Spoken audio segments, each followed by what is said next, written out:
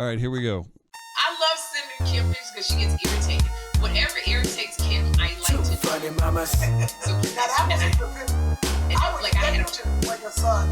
Two funny mamas. Hey, everybody.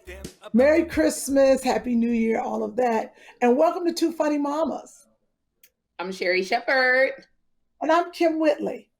Oh, that was kind of fake, wasn't it? Yeah, the whole thing's been it was. Oh, I just found my mic. Oh, my mic was underneath the cup. Okay. You sounded like you were, remember Monty Hall on Let's Make a Deal? Oh, yeah. Yeah, that was me. Like, welcome, everybody. Welcome, everybody. Because I don't like when you're taller than me, and Chris knows that. Okay. I think it's just my chair, Kym. You pull your camera down slightly, Kym. Oh, bring the camera down. Duh. Yeah, bring it down enough so they can see your pants. Oh, Chris got jokes. My pants are a Christmas red. I'm just happy you have some on for the show. He said it. I gotta get a picture of Joshua for Chris. I'm sorry. Roaring start to the podcast. Hey, okay, sorry, y'all. Welcome. You ladies look beautiful. Happy holidays, Merry Christmas to everybody. Happy holidays. I'm back. I'm focused. Happy holidays, everybody. See, I got my green hair.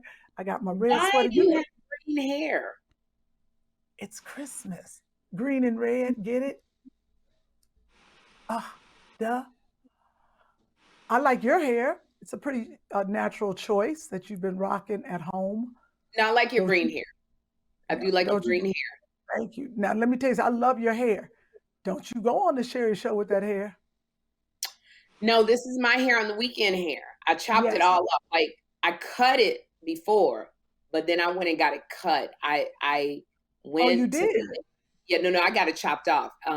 Because, I was able to wear a ponytail, was coming to my shoulders and everything, but I was sitting there and I said, cut the split ends off. And she said, you want me to trim them? You want me to cut it? I said, you know what? Just cut it. It's hair. It'll grow back.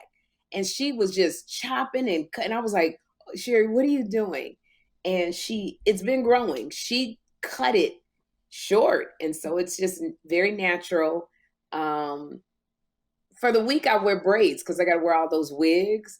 But on the weekend and my hiatus. You want your hair to breathe. That's what I think I'm going to do. I think I'm going to shave mine. I got to lose about 20 more pounds. And I'm going to shave my head. You want to go bald? Yeah, it might be easier. Seeing I'm already on too, Kym. You ain't gonna be able to wear a wig. Oh, I didn't think about that. Oh, right. Maybe some rubber, some glue. If you half bald, if your edges start here, you already half bald. So just cut off the back like dudes do.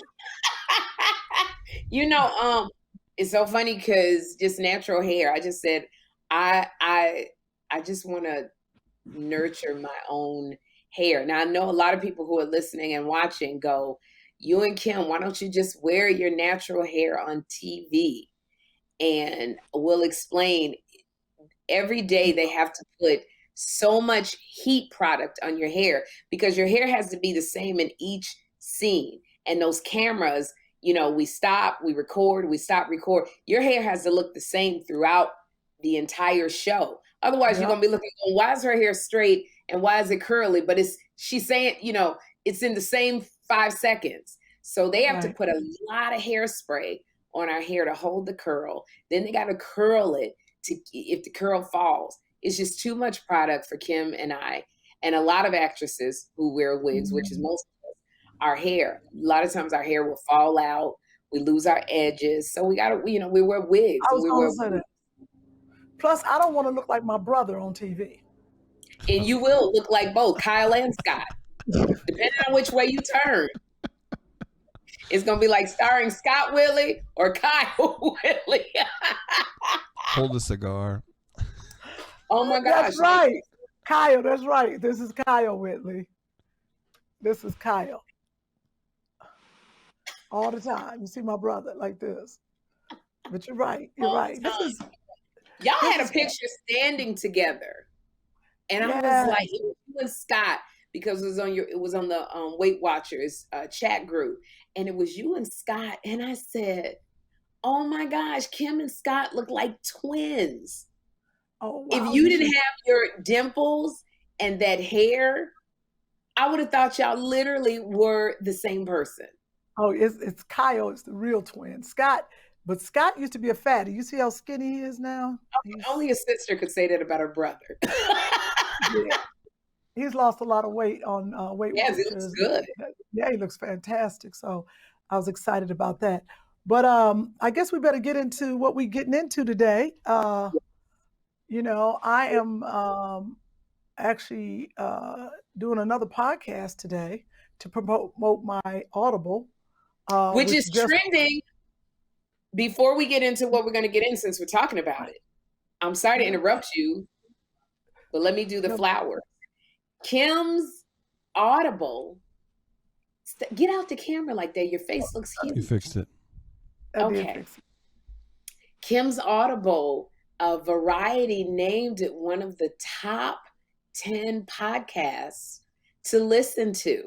And you were up there with some heavy hitters, and Kym's was in one of the top 10 named by Variety about this comedy that her and Lena Waithe created. Lena Waithe from The Chi in the 20s, Queen and Slim. They created, and it's kind of unofficially, kind of loosely based on Kym's life. And she's a stand-up comic / actor, struggling, trying to make it into the big A-list category. And she gets this boy who was dropped off. Can you hear that? Yeah, I can hear. Matter of fact, let me put my What?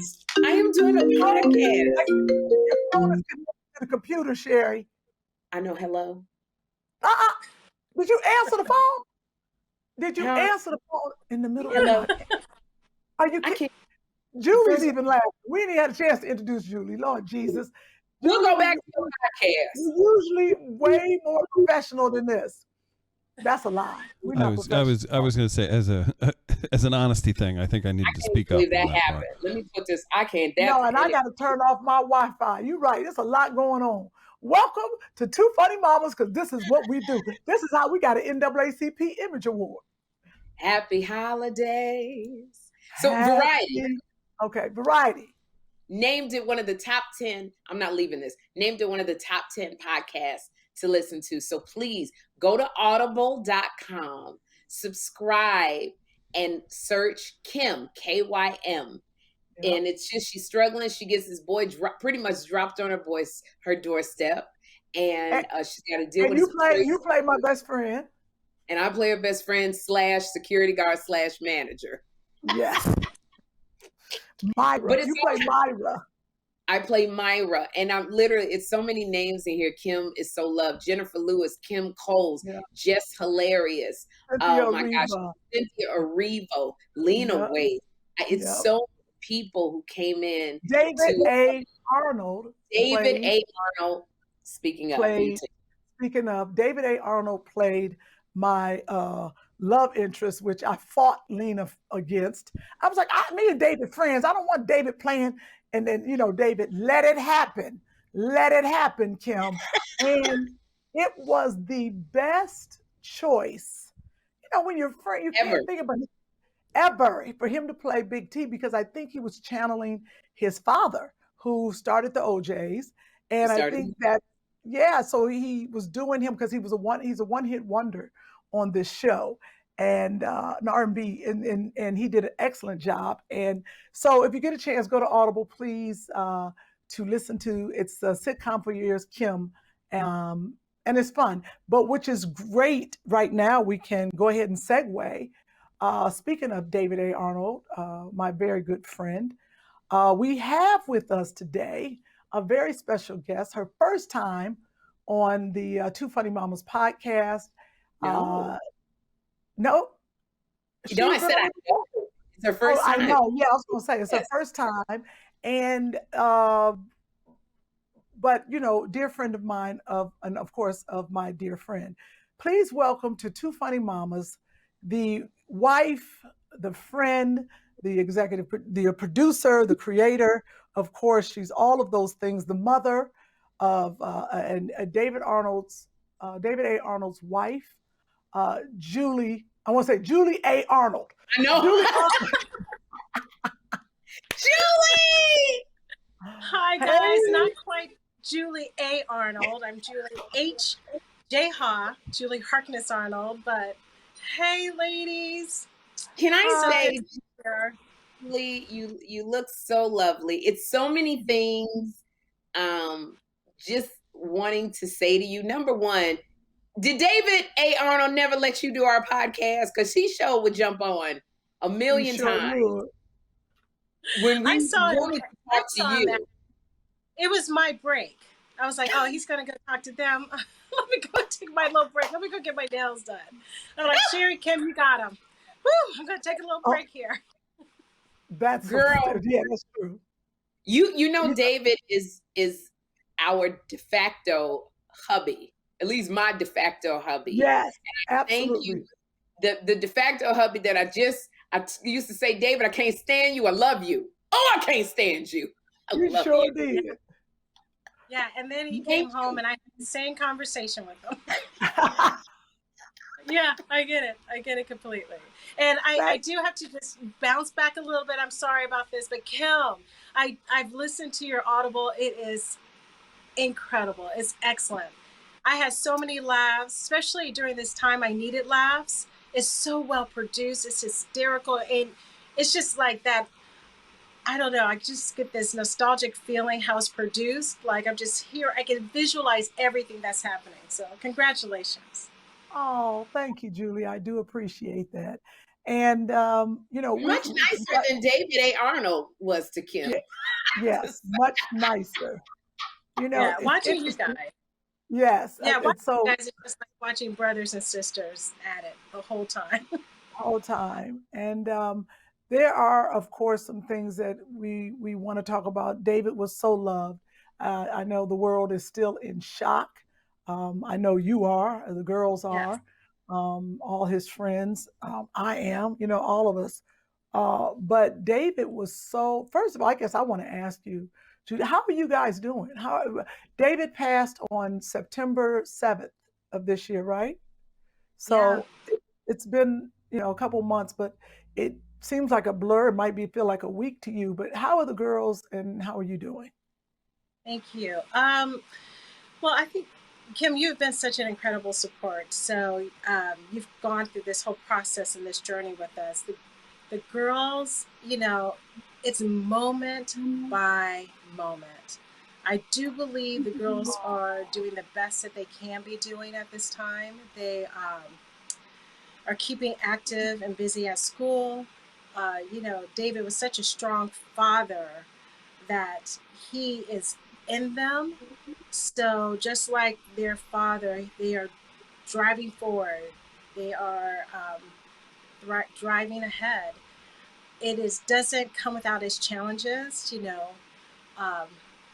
but they are doing as well as expected. They have a great support system, and they're doing, I think, good.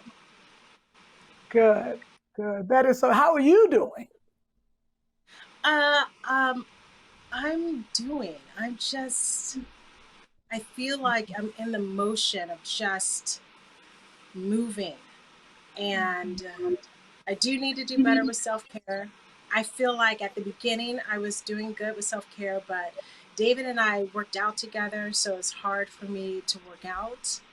I haven't worked out, to be quite transparent. Maybe a hike or here or there. I have friends who are like, we're going on a hike.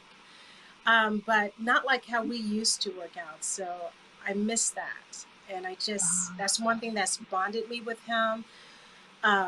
So I need to get that back, but that's part of the process. It's just, Julie, whenever David, he talked about you on stage, I want to know, him, you and the girls were his lifeblood of stand-up comedy on the stage. When he would get on that stage and bare your deepest, darkest secrets. I remember when he talked about you breaking your leg, I think, and you were on the cruise ship and had to be like your leg was in a leg Yes. wheelchair. And to people who don't know you and David, sometimes he would seem so harsh because he was very picky. He was very, how did you feel when David would just talk about you and your marriage? He would say, it's just like a cage come down, let the death match begin. That's marriage. You know, honestly, it was just the truth.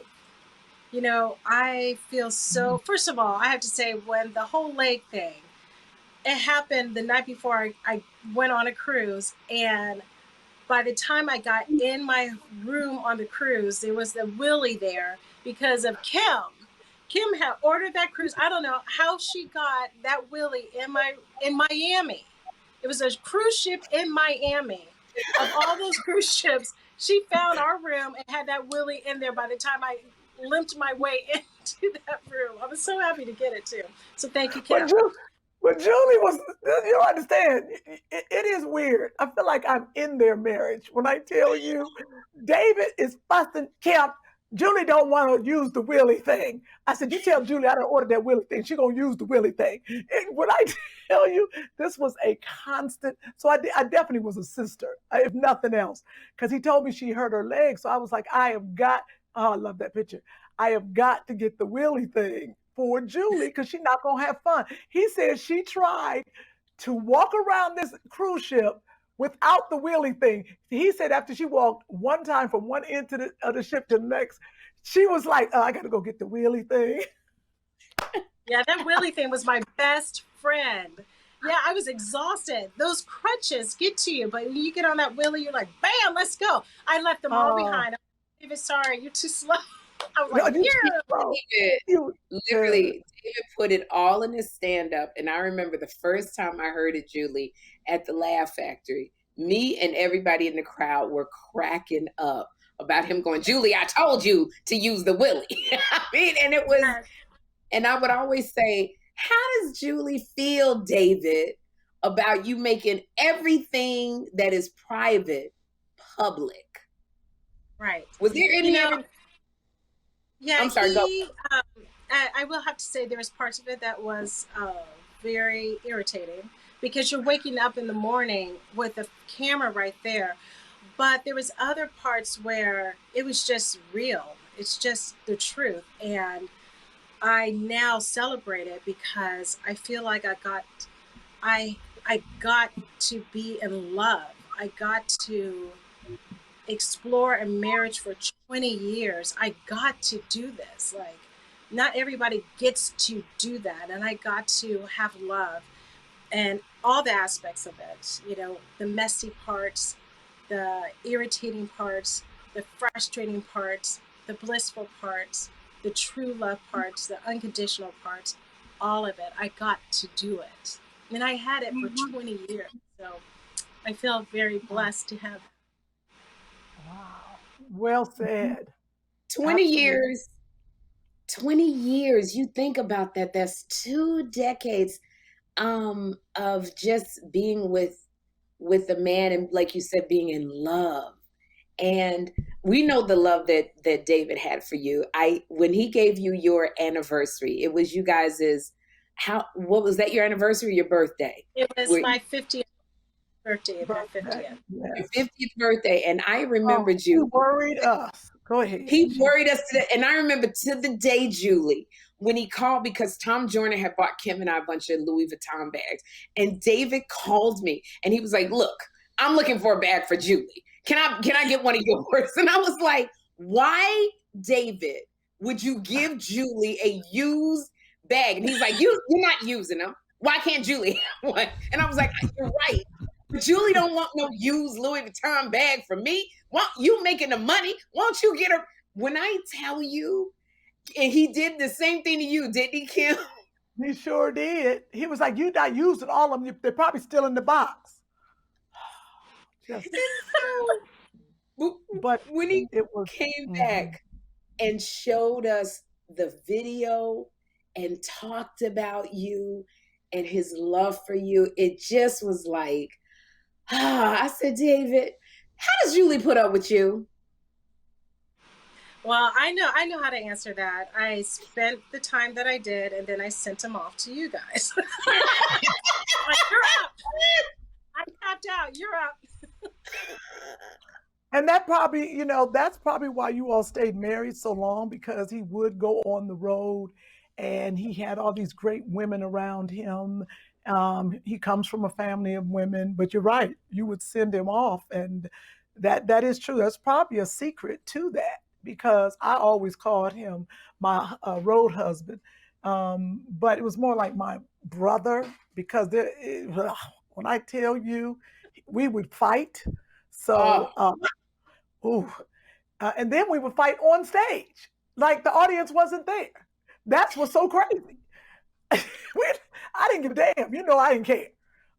So it's been wonderful. I know we're all in shock, um, but I really want to get to what we need to clarify and put out there, Julie. What happened to David Arnold, your husband? Why do you feel he? Yeah. Why do you feel he is, not even feel that for sure? Because David had a clean life. David exercised. David ate well. And with all the things that are happening in the world, I know want to talk about some things which are important to all of us to know. So I'd just like to hear your story on why do you know and feel like David has left us. Well, just to echo everything you said, David had been sober for 25 years. I've never seen him drink. I've never seen him smoke. He did enjoy a cigar from time to time, but he never had any of those vices. He always worked out. He would brag about his triglycerides and his cholesterol level, and all of that is true. When we did a private autopsy, and the results we got back is that everything he said he was. His toxicology report was squeaky clean because he hadn't drank or smoked for over 25 years. He was the picture of health. He was at the top of his game. He worked out. He ate well. So what happened? What they did find, the only irregularity in through his whole body was that his heart was enlarged and it had thickened walls. And the significance of him having thickened walls is that it means it was something probably genetic. And this is based off of the cardiologist that I spoke to. If he just had an enlarged heart, then that could mean he may have had a virus, or he took some kind of medication or some kind of vaccine that could have led to this. But because of the thickened walls, it is something that he had genetically that we did not know about. And the reason why it has taken me so long to discuss this is because it's something genetic. I wanted to make sure that the girls were cleared and that our daughters were okay. So we went to a pediatric cardiologist and got a panel of tests done on the girls. And fortunately, truly blessed, the girls are fine. But because it is something genetic, we do have to test them every year.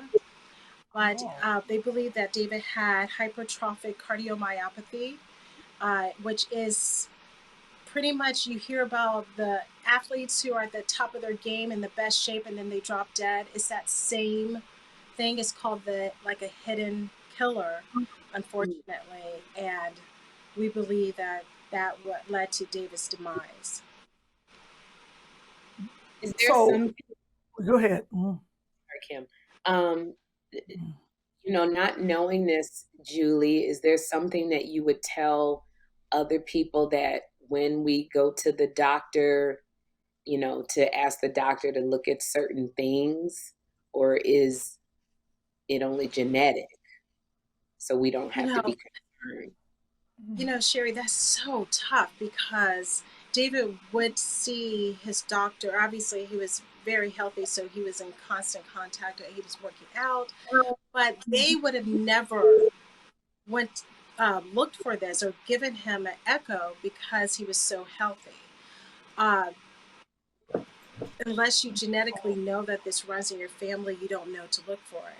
Only thing I can suggest is that every few years or when you do get your physical, ask, say, yeah, I'm going to go ahead and get a echo just to check to make sure everything's in rhythmic form or to see if my heart has enlarged within the past 12 months. It's really tough. The only, like, the solace that I have is the fact that normally when you have this condition, the first symptom is you passing out, which is horrible. So it's always almost like it's too late. But I do find comfort in the fact that David fainted, passed out first before he felt any pain. Um, and that gives me a little comfort. Wow. Okay. Um, so, well, that is important because I know people always speculate. People where David was so loved, and people were asking, all people want to know. I'll be honest with you. I love David too, and I've walked this walk. Did not realize how loved David A. Arnold was. I was blown away at the outpouring of support and the people that showed up at the celebration. Were you shocked by that?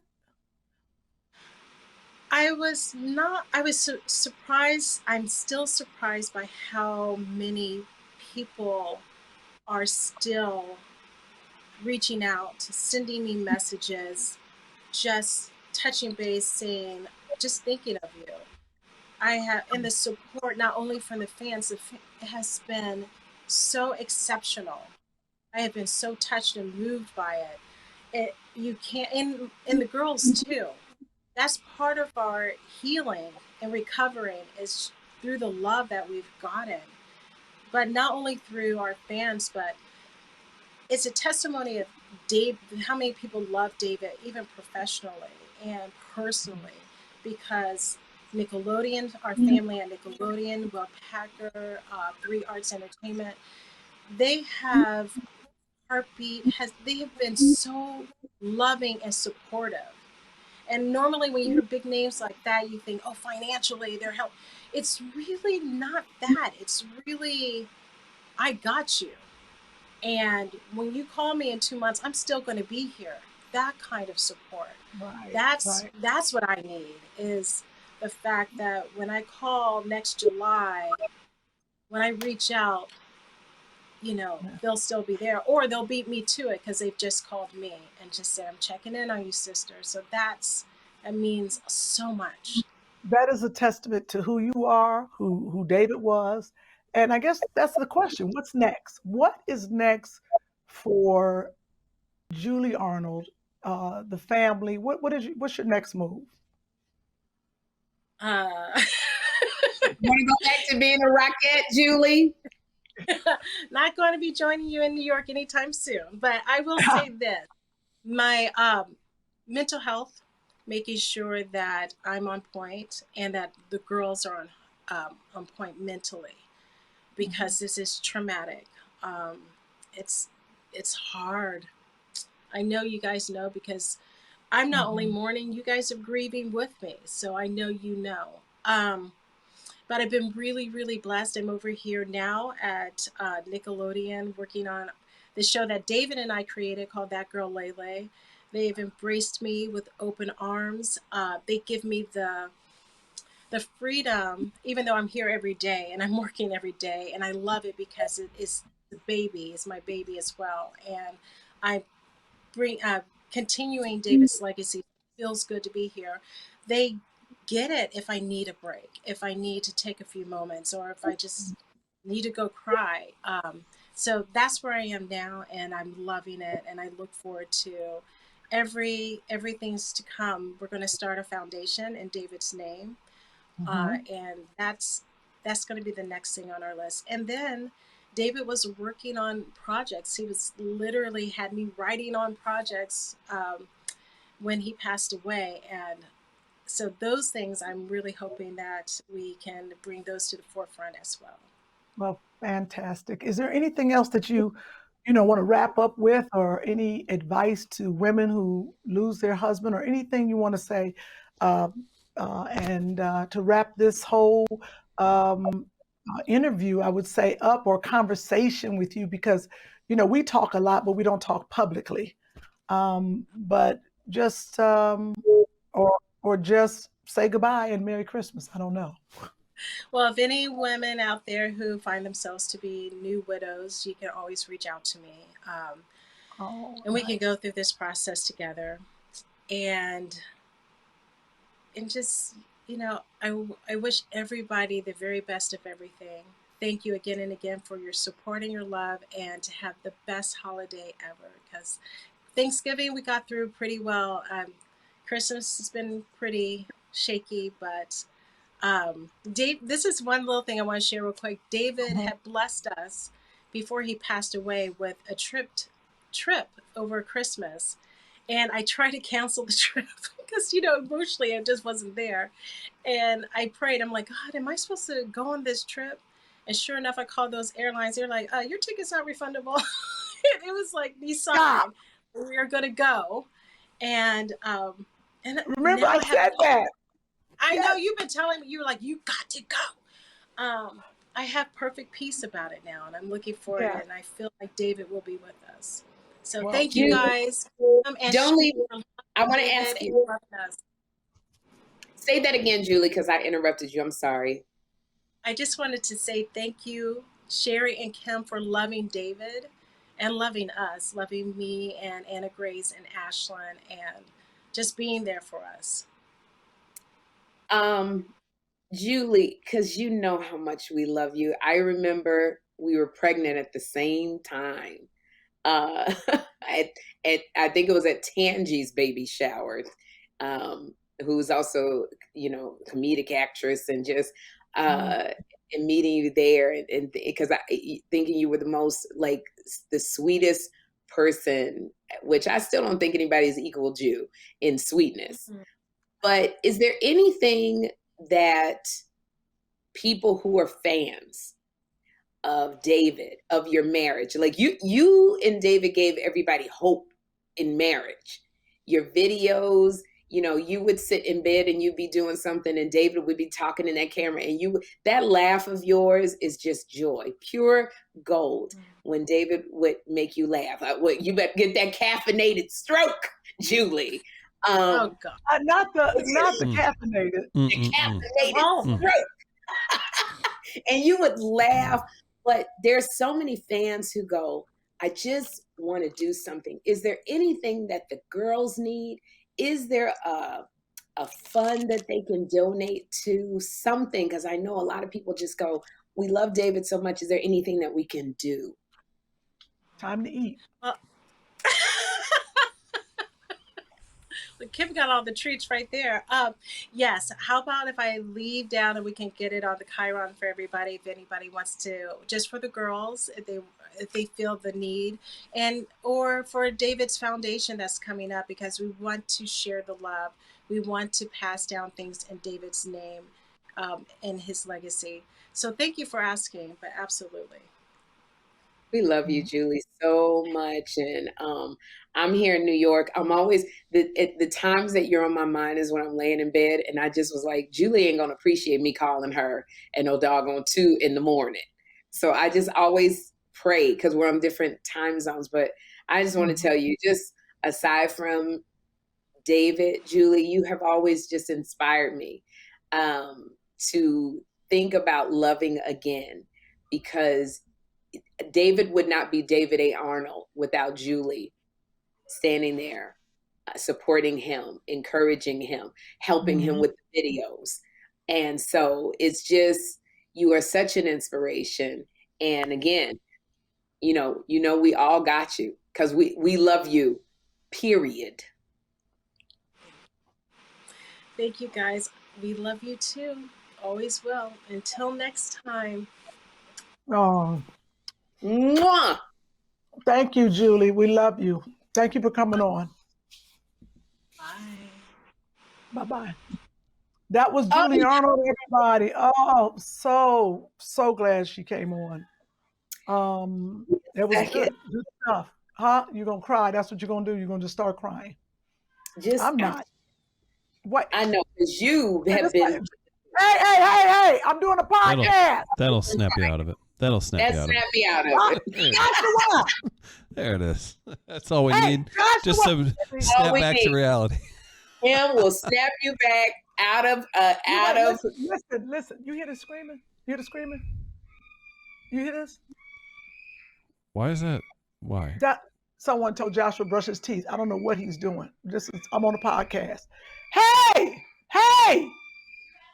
I don't know what's happening. Joshua!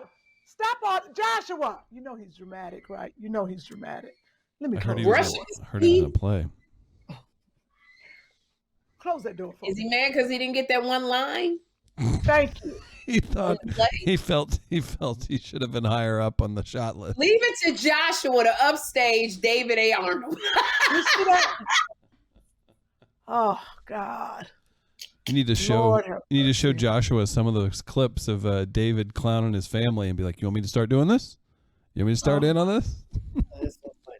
Kym, you can always get somebody out of the doldrums. I love it. I know you were about to cry, and then Joshua cuts a fool. And then Joshua cuts a fool, and that's Kym. You need a friend like Kym. Let me tell you something. Then I start eating a cracker again. What are you eating? It was something on my desk. I saw it, Oh no! and I ate it. There's a lot of people in and out of your house. You need to make sure. This is what I love because I think that fans, we keep trying to pretend this is live. I think that fans who are watching this is really emotional. And, God put somebody like Kym Whitley in your life to take you from that emotional place that you're about to be in with the Joshua. Listen to it. I just found this food sitting there. It was on the floor next to your book, Sherri, and it looked good, so I'm eating it right now.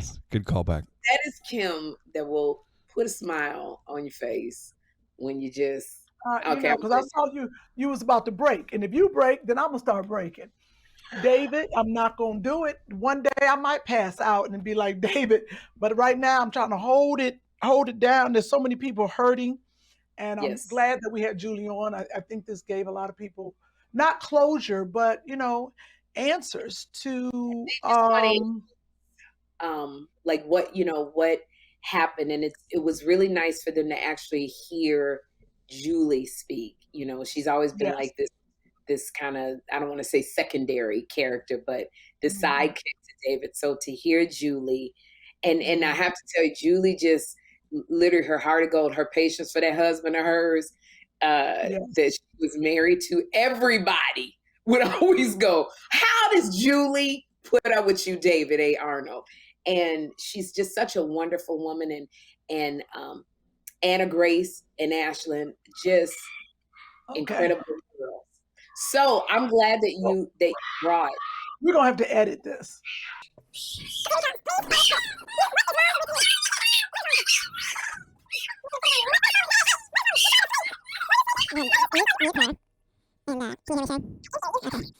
Otherwise, that literally, Chris, sounds like we should be calling the police. On whom? On who? And abetting. No, literally, it sounds like we should be calling the police on Kym. It sounds like if we kept that unmuted, we would be aiding and abetting a crime. Yeah, I'm not into that. I'm not into that either. I don't. Nor is. What's the name of your company? Because I'm not going to be the only one going down. Midcoast Media, LLC, and Two Funny Mamas, LLC, of which Sherri Shepherd is a 51% controlling owner. That's the only time that would bite me in my ass. I own 51%. Yeah. So I get longer jail time.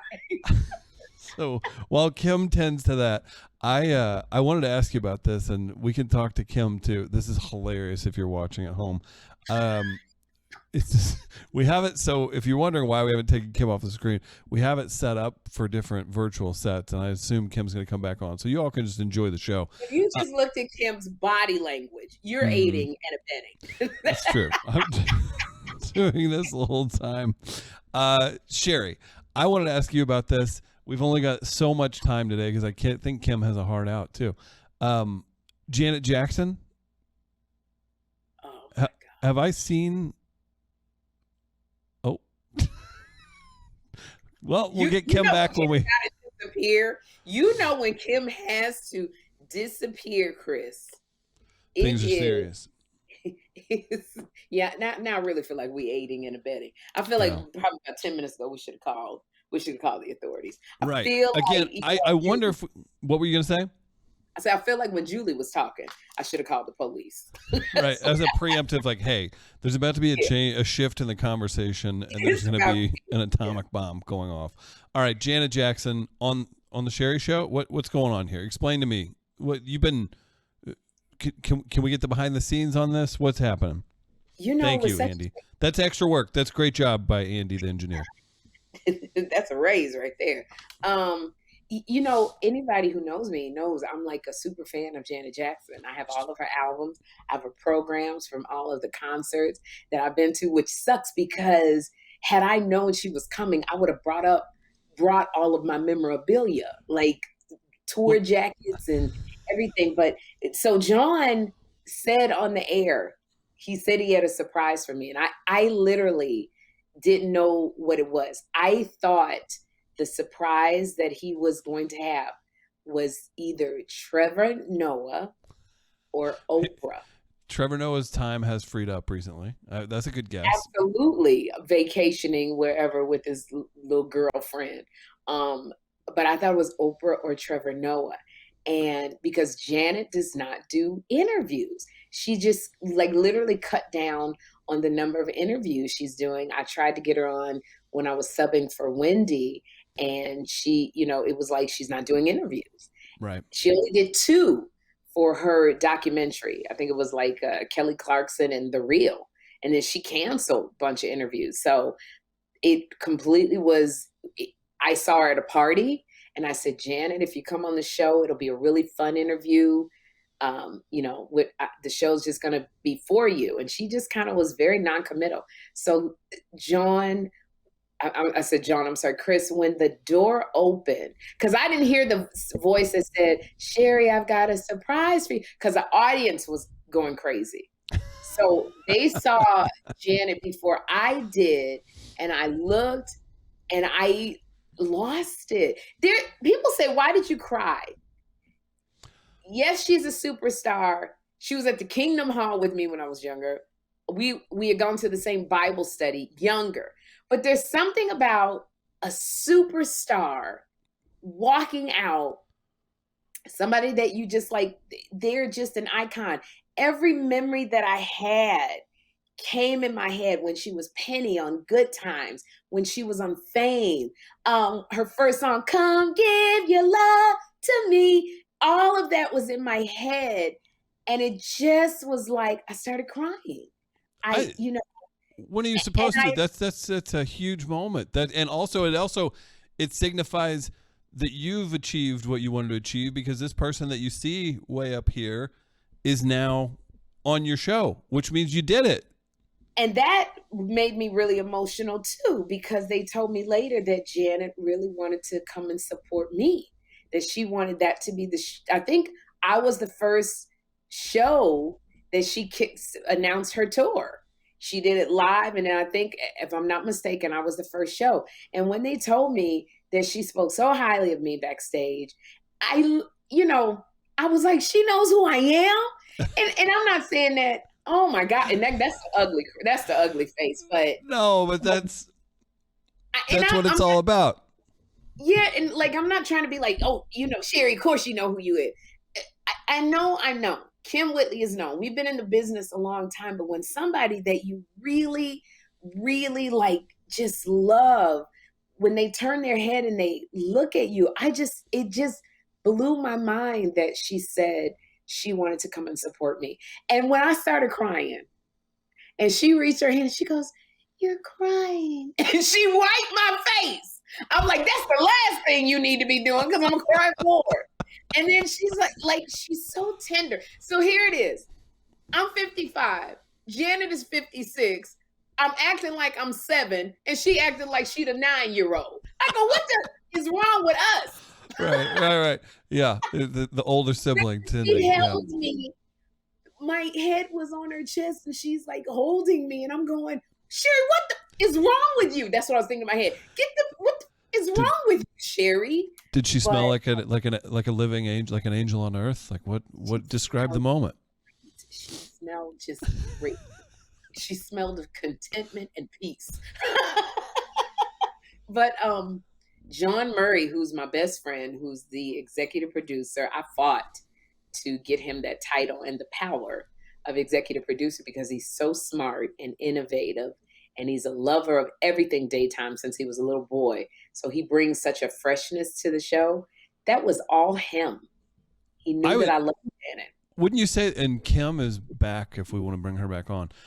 Yes. I would say his creativity and passion makes things like that happen because it's not just a stale moment like, oh, hey, not stale, but there's other guests that would take him way less work to get on to the show and to surprise you like that. Shout out to Jawn. Wonderful job. Absolutely. Jawn is a really good friend of Kym's. I was just kind of extolling Jawn's virtue, Kym, and what he brings. I was texting Chris. He was my friend first. Oh, sorry. I was saying that. Jawn Murray? No, he was Yes. not. No, he was not. You want to call Jawn on the phone right now? Yes, I can call Jawn on the phone right now because he Okay, was cool. never your friend. He was never He your was friend. my friend way before you. Are you kidding me? No, I'm not. That's so not true. No, I'm calling him. Let's see whose phone he picks up. Let's see who he picks up first. Oh, it went voicemail. Oh. It went to voicemail. Is mine going to voicemail? No, because you called after me. What? Hello? You called me, Jawn. No, mine went to voicemail because you was calling at the same time. No, call me, Jawn. Call me. Don't call No, Sherri. he answered the phone when I called him. No. Tell him he's on a podcast too. Okay, What? John, you on Two Funny Mamas. Okay. Who did you know first? I said, you're my best friend. Kym said she knew you first. I knew you first. No, you didn't. Yes, I did. Okay, so for the record, Kym knew me first. I'm about to hang Bro! I'm about to hang up this phone. However, Hold it near the microphone. No. Forget the however. Jawn, you still gonna be executive producer. You tell it. Tell the truth. Yes, Kym did know me first. what's the however? The however is you listen more than Kym does, so you give me less heartache. John, Now, that's that an is excellent true. way to That put is it. facts. That is facts. That is so true. Can you give them just not a private, but can you give them an example of when you're trying to advise Kym what she does? Put it toward the mic, Sherri. Every decision Kym makes in her life takes 6 months. Kym will call you and say, I don't know if I should go to Whole Foods or Trader Joe's. What do you think? And I'll say, well, Kym, you'll save money if you go to Trader Joe's. And she'll go, I know, but Whole Foods, they connect to Amazon. And, Amazon, I get the overnight shipping. And 6 months later, Kym is sitting there with no food in her refrigerator because she can't decide if she's going to go to Whole Foods or Trader Joe's. So Okay, Jawn. All right. Don't you have work to do? Go produce the show. I'm done. And Kym, he can give you 12 more examples. I know. Okay. It's true. But let's end it. What do you love about Kym Whitley? Outside of those dimples, Oh. everyone loves those dimples. Listen, Kym is a good time. And if she ain't trying to make a decision, she's so much fun to be around. I sound like a prostitute. That's what Say you make it sound like a prostitute. Every now and then, if she's around an NBA player, she kind of act like a prostitute. She played one on TV. She played one on TV. We love you, Jawn. We love you. Oh, wait a minute. Jawn, I just wanted you to kind of speak briefly because we were talking about the Janet Jackson thing, how you pulled that off. And you put it toward the mic and stop putting it at the camera. Where's the microphone? Hold on one second. I don't know what a microphone is. You don't have a mic? No, I don't. So I'm sorry. I don't know what through the computer, Kym. I don't know where the mic. My bad. You was fancy before. My bad. Can you hear Chris? What? I can hear him. Okay, go. So go, Jawn. Go, Jawn. Janet Jackson. It was a lot of work. So the gentleman who's like her general manager, head of marketing, I knew him when he was an A&R executive at Verity Records, which was a gospel label.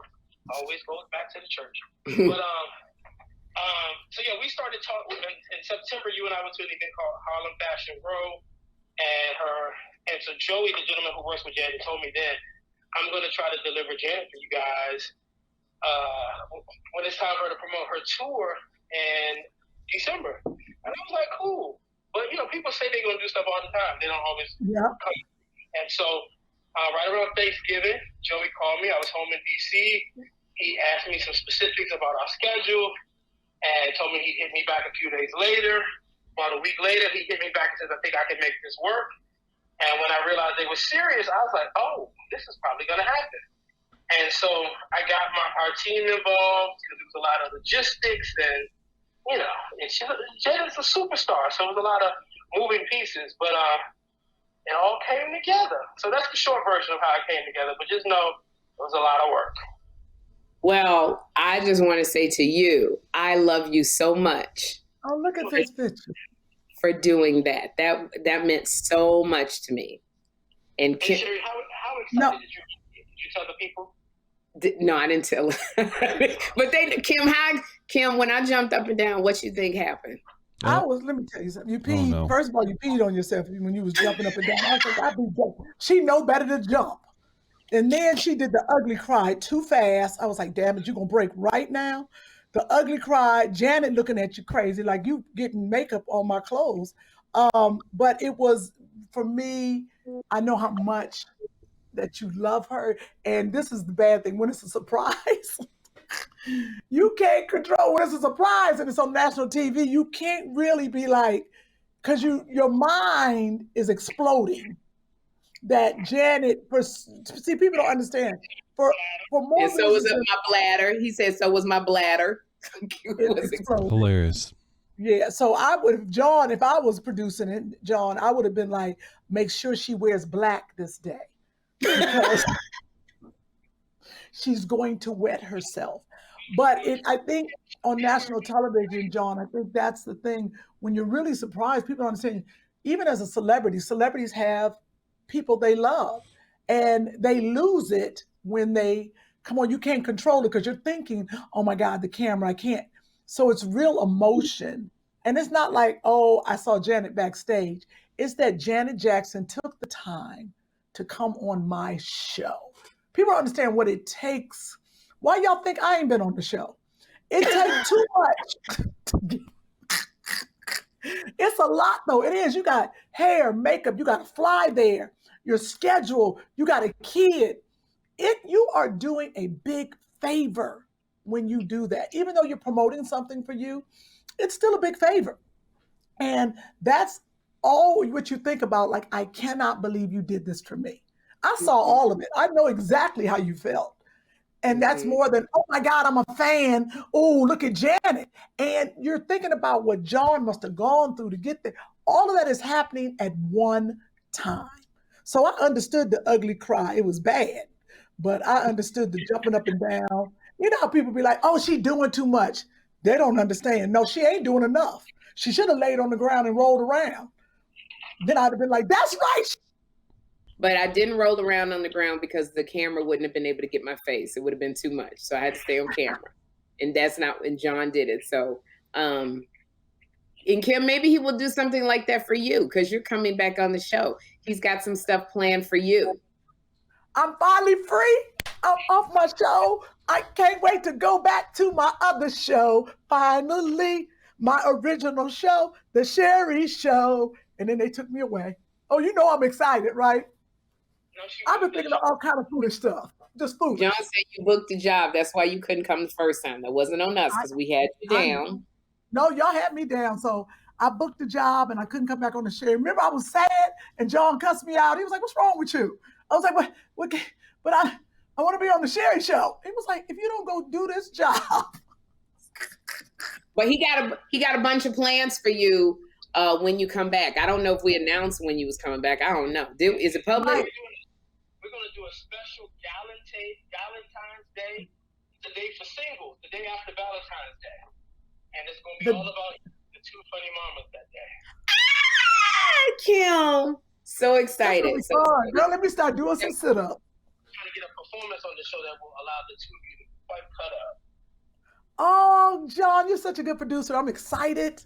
Oh, this is gonna be fun. And then this what people, me and Sherri are good friends. Girl, why my daddy say this? Why my daddy said, I feel like you on the Sherri show. Sherri talking about you. I said, Daddy, if we real friends. If we wasn't real friends, it'd be fake. Because when you talk about what you do in your life, it's being your friend. I said, how you think Gail blew up? Oh, that's how Gail blew up. I love it.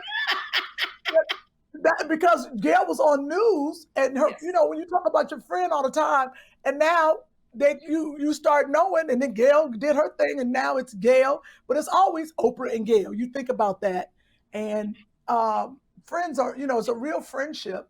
And what I love is that we are going to go on tour together. We're going to let Jawn go because he's in the background or something. So. Hey, Jawn. Okay, Jawn, we love you.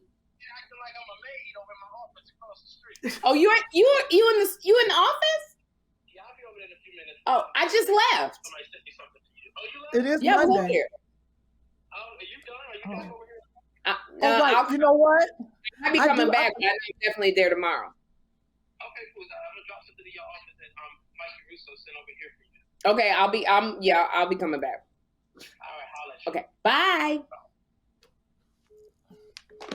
The friendship. Yeah. We are true friends. We actually are true friends, and I hated that. Because I can't get emotional.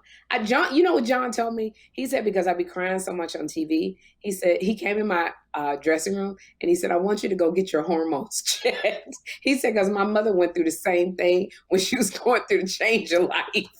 I was like, get out of my... No, did I tell you? I told him, I said, if you don't take that girl to the doctor.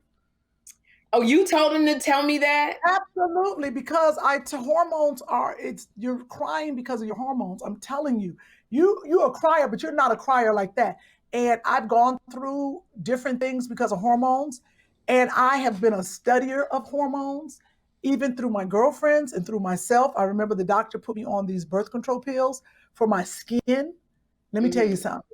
I cried for 2 days. I said, I don't know what's happening, but I couldn't stop crying. So the doctor, he took me off. Everything was fine. It threw my hormones off. And even watching my mother and watching other friends. So I need you to get them checked because you're a talk show host.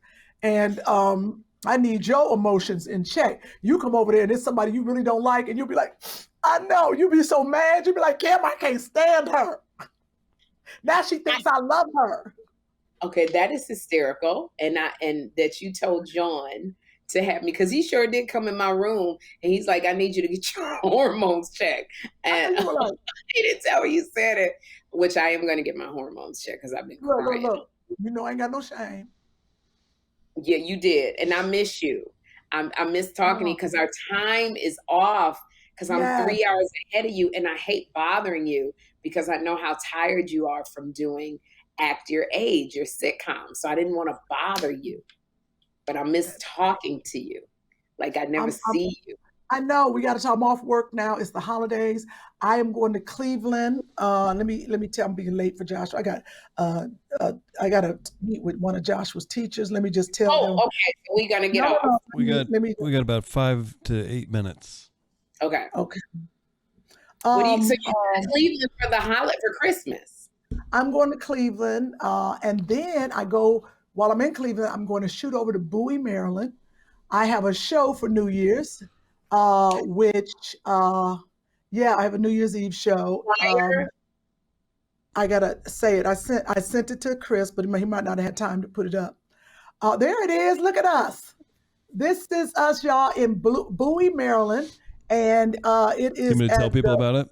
Yes, Bowie Center. Go ahead. Go, Chris. 2 big shows, 7 and 10, free parking. That's a winner. New Year's Eve comedy bash, special guests, Kym Whitley, Dominique, Howie Bell, live music, champagne toast, party favors. Tickets are only $60 for the balcony, $70 for the main floor. And you know what? You can get them by calling the number on the flyer or go to it's Bowie, right? BowieCenter.org, BowieCenter.org, and Joe Claire, that's JoeClair.com. Get your tickets. It's the Bangin' in Bowie, December 31st. That's right. Let's make it happen. New Year's Eve Comedy Bash. Go see Kym. Wait, New Year's Eve, wait, keep that up. That was good. Let me get a picture of that. Look at us. Look at us. Oh, wait. Smile, Sherri. Smile, Sherri. Okay, sorry. I had to just say it. You know what's so funny? I love that you're doing stand-up on New Year's Eve. That is so great. You also had said we're going to start our tour.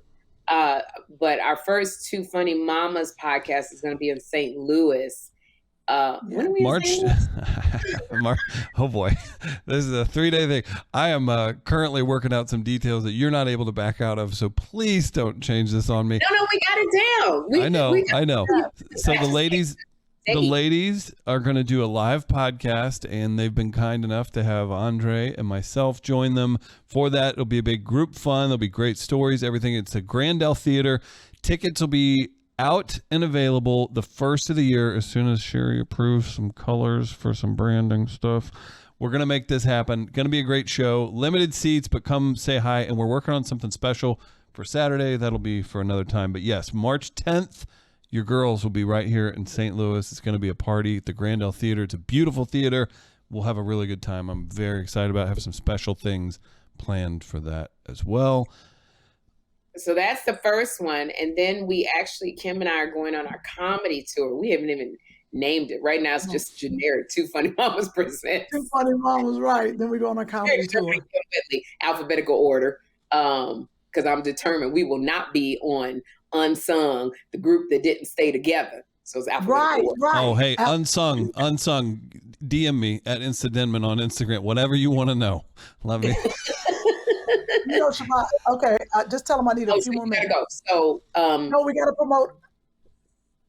Okay, yeah. We're She said, we're doing. she said 11:30, and it is 11:26. Okay, I'm coming right now. Do I have his number to call? who are we promoting? Okay, all right. It's in my email. All right. Okay, we have Black business. We're gonna talk about our Black business. Yeah. Well, let's promote it because we're gonna lose you, and we need to promote the business, which I'm very excited about because I love purses and I love bags, and our Black business is a young lady. Kym, you can take it over. Okay, sorry, Chris. Here, you want a business card? You want a picture? I thought you had do you have the purse with you, Kym, or no? Yes, I do have the purse.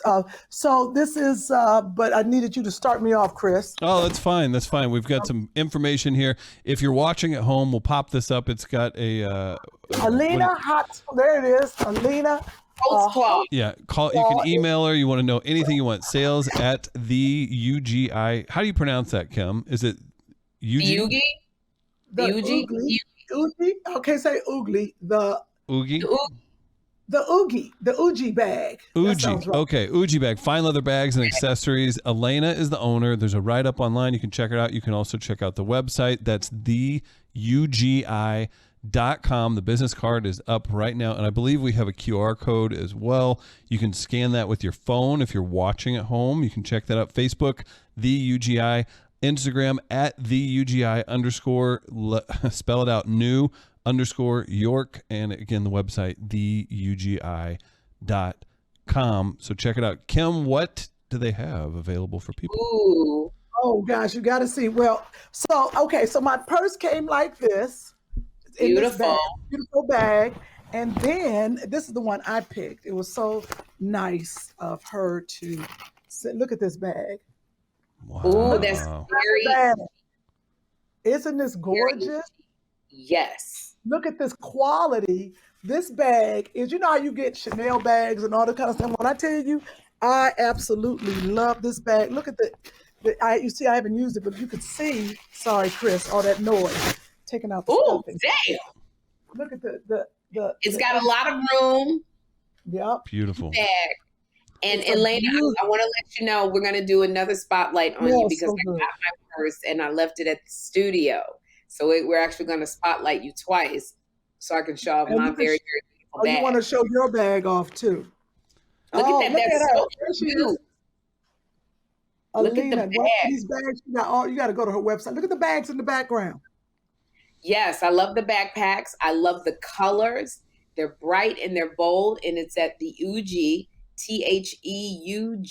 THEUGI.com. This is the Look at- purse that I ordered, and I can't wait to show it to you what it really looks like. That's not my hand with the wet. I just want to let Right, people know. that's right. We're gonna put out. Single. That is I not think my I want that bag now. I gotta No. call Kelly and see. Okay, see, when I tell you just a lot. She gave you ordered a black bag, which is I didn't gorgeous. see the one that you. I didn't see the one you ordered. Well, how you say the name? We want to make sure we're not messing it up. Say it again. With an F? What? Oh, we messed up the name. It's not the. Y'all messing it up. Say You it for said it. everybody. I didn't. Chris said it. You got to call Kym. Thuji. Say it again. Thuji. Thuji. There you go. Fuji. Kym, you said the I can't. I went to public school. Okay. That's right. I Kym, get it, girl. Kym's got to go. Okay, girl. And it stands, and I'll text you. It stands for the Urban Growth Initiative. It's an acronym, but it's Thuji. Oh, well, thank you so much, I'll Kelly. text that to you. Okay, we on the It's podcast spelled- now. They can hear you. It's spelled Oh, THEUGI.com. Fuji. Okay, I'll call you back. Thuji. Fuji. Got it. Thuji. Kym's got a phone call she's got to take. If you put me up on the screen, I wanted to say, Kym, there it is. There we go. We got Thuji. it. Fuji. All right, Kelly. Thank you, Yes. honey. All right. Oh, absolutely. All right. Bye-bye. We'll see you guys before Christmas. Most definitely. Come to St. Louis. Get your Christmas present March 10th, Kym.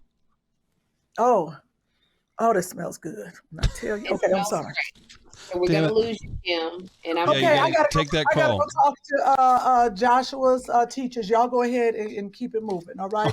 I love you know, y'all. we're gonna call the Oh, police. here. Tell you what. No, Bye, you're right. You're right bye, about Kym. that. I guess here All right. we'll get some more Chris have info. a big O on his shirt. That is. I said, just come to awesome. St. Louis. Get your Christmas present. Okay, that's funny. I love it. Can't wait to unwrap it. All right, bye, y'all. Hey. Bye, Kym. Sherri, you want to talk for a minute? I don't know if we want to. I didn't plan on sticking around. I know you have a busy day too. I thought with the holidays, everything else, just a quick thank you to all the listeners, everybody who supported. We didn't get to tell Julie, but all of you care about David A. Arnold a ton as well. That video with the compilation of all his appearances here, the biggest video on the Two Funny Mamas channel. I can hear him laughing and making fun of you right now for it. I know you all. I know we're doing the live show here. I know you've got stand-up dates. You all have been so busy, and holidays are a good time to let everybody know how you feel about them, all that good stuff. So I wanted to say everybody here at Midcoast Media loves working with you. All the wonderful people that tune in all the time. Hopefully you all have some great holiday events coming up and everything. But to Kym and Sherri, seriously, what a pleasure it is doing this. And we've got the live show in St. Louis coming up, and hopefully there's more crazy spinoffs of whatever this has been. But what a wild, the fact that this is still going and you all are here recording on, the week of Christmas of 2022 after Kevin Hart Studios were supposed to pick up the show. We were supposed to edit it. You get saddled with a third voice basically. and all this madness. So thank you to you two. Thank you to Edie. Thank you to Siobhan, Andre, the whole Two Funny Mamas family. So I just wanted to get that out there and say thanks to everybody and tell you two you're doing a great job. We've had a great time. It's so funny. I can't believe it's been 3 years because we started maybe a week before the pandemic, and it's so funny because I just remember we started talking. Then. Yeah, because we started in May on Mother's Day. That's what it was. And gosh, I just remember doing all this research on how to do a podcast. What do we have to do? what kind of equipment do we have to get? What? And I was just like, oh my gosh. And the reason why, if people want to know, I took 51% because I was doing all the work. Because I was like, if I got to ask Kym for one thing, a staple, she's going to back out of this podcast because it took 3 or 4 years to get her to agree to it. So I was like, I got to do all the work. I don't know what I'm doing. And all of a sudden, you sent me an email or a text or something. I'll tell you exactly what happened. Your What Twitter, happened? because I had your cell phone number, because we had just loosely kept in touch, whatever, however you keep in touch after a really fun interview in St. Louis. And the point was, we were going to maybe do our roast show when we went back out to LA or something. You're like, yeah, let me know what's going on. So we just loosely kept in touch. Your phone was connected to the Twitter account you created. And then my phone buzzed and said, your contact, Two Funny Mamas, is now on Twitter. And I looked and I was like, what the? And I go, oh, Sherri's got her cell phone connected to her Twitter. So I texted you. I was like, this is so awesome. I swear I told you to do this 3 years ago. Great work. Awesome. And then you were like, I need help. What's happening? Because I couldn't ask Kym. I'm like, I told Kym I got it all. Don't worry about nothing. I got it. So it's been just a great joy with Midcoast Media. And thank you for putting up with me when I was late on making the payments. I don't think look, I think I got a bill in. I think I called Kym. No, look, Chris, let me before I forget. I think I got a bill in from like last October. And I was like, Kym, are you not paying the bills? Because Kym has now, because I got this show. You put your business out there. It's so funny. I know, because I'm putting it on Kym. Kym said, I will take over paying the bill because I have been paying the bills for 2 years straight. And so when I did the show, I was like, I just can't keep doing all of this stuff. And Kym was like, I'm going to take over paying the bills. So I don't know if you done got your money. If not, Kym is really good. We're square. I will say this. There's some... And Kym is good about not only making payments, but calling you when you owe her money. Kym, I don't borrow very often, but there's a time when I was like, I remember I told Kym, I need to buy a house. Like, I'm so tired of renting and I don't have the down payment. She wired that money so fast, but then they outbid me on the house. And I said, Kym, they outbid me. When I tell you, my business managers were calling me going, Kym Whitley is mad. She wants her money right now. And I'm like, Kym, I can't get it to you right now. She was like, I want my money. You never run off with my money. It was over. If Kym loans you money and you tell her you don't pay her back, she'll be on that phone. She will be at your house. Kym gets her money. There's something I have a lot of respect for someone who's both generous and tidy with their own stuff. Like, it's good that they're generous, but if they don't like the way things are going, she's on top of it too. So okay, so you're in New York. You're staying there for Christmas? Yeah, I'm doing something major. I'll announce it when I get back. So during the holidays, it's something like really, really major. But yeah, I'll be here. I'm not flying back. That was when I'm filling in for Wendy. That's going to be my Halloween outfit next year. But it's just been so crazy and feeling so blessed. Love the show. Love doing the show. I had to buy, and I'll talk about this next time. I had to buy Christmas gifts. Normally, when you are on an ensemble or a sitcom, the cast will buy Christmas gifts for the crew and the staff. This is the first time I had to buy Christmas gifts for everybody on my staff and my crew, hundreds of gifts. And when I tell you, me and Edie missed about 40% of the people, like literally 60% of the people got their gift and 40% was like, I didn't get one. So I'm still trying to play catch up, but but it's been great. And I got to go back to the studio, even though we're on hiatus because the work does not stop. Because how do you top Janet Jackson? I bet you'll try and find out. Well, that's wonderful. Okay. I wanted to just get a couple words in so the fans can get a little bit more out of it. Anything else you have going on? I wanted to, if we can, B-Flat is coming home, her from Tighten Up Tuesday every week on the show. Sherri's a big supporter. We've got a flyer for B-Flat because you know what? She's doing St. Louis next week. She's going to be home, and look who's on there with her. Our friend Tina D-Ball, she's very funny. She's out on tour with Chelsea Lynn right now. And then Precious.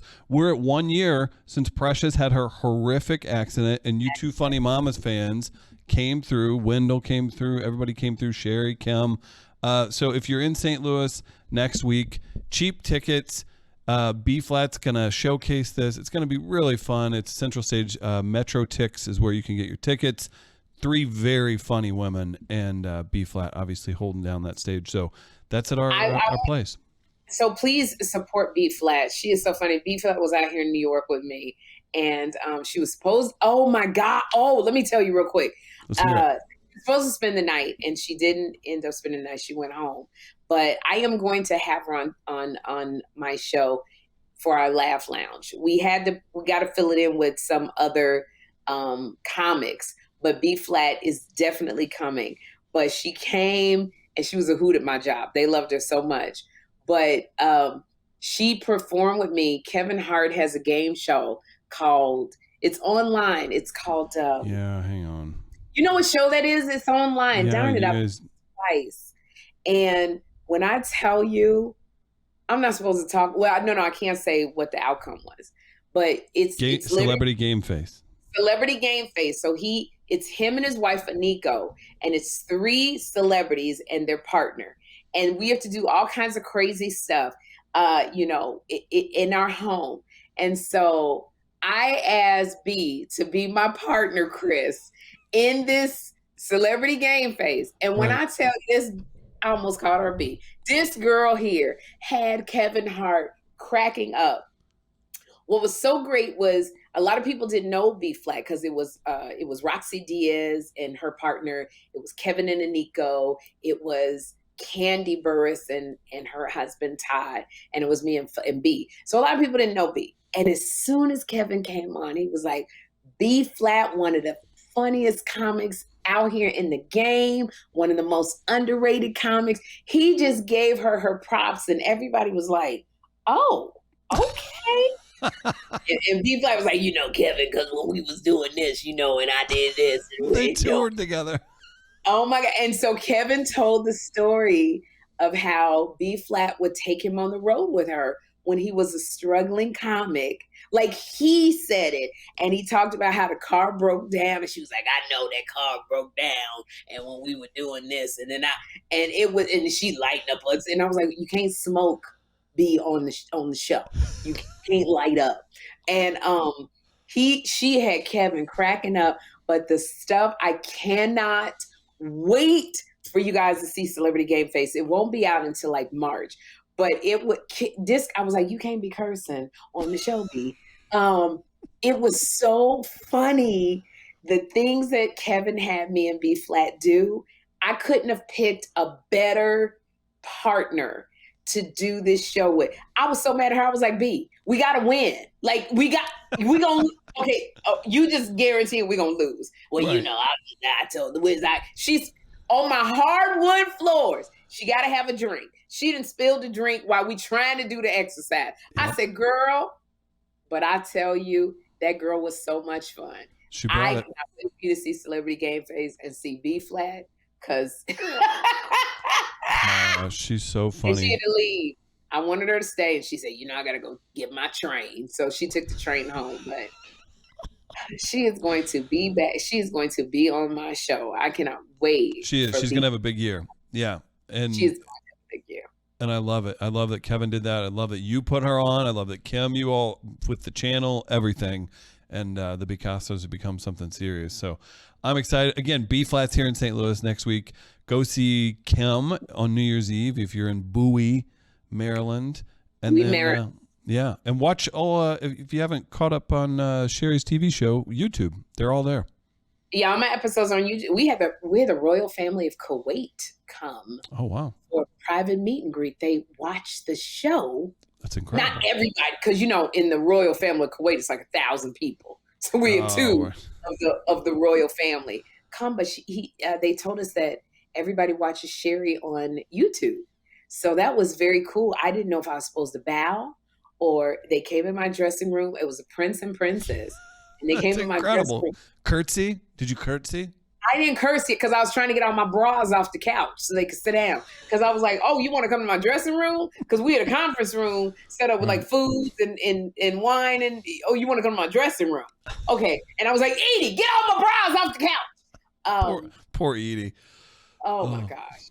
No, Edie is like a saint. So she got the dressing room cleaned up, and I got to host the royal family of Kuwait. And I said, I don't know what we're going to do on a girls' trip in Kuwait, but they said anything you need.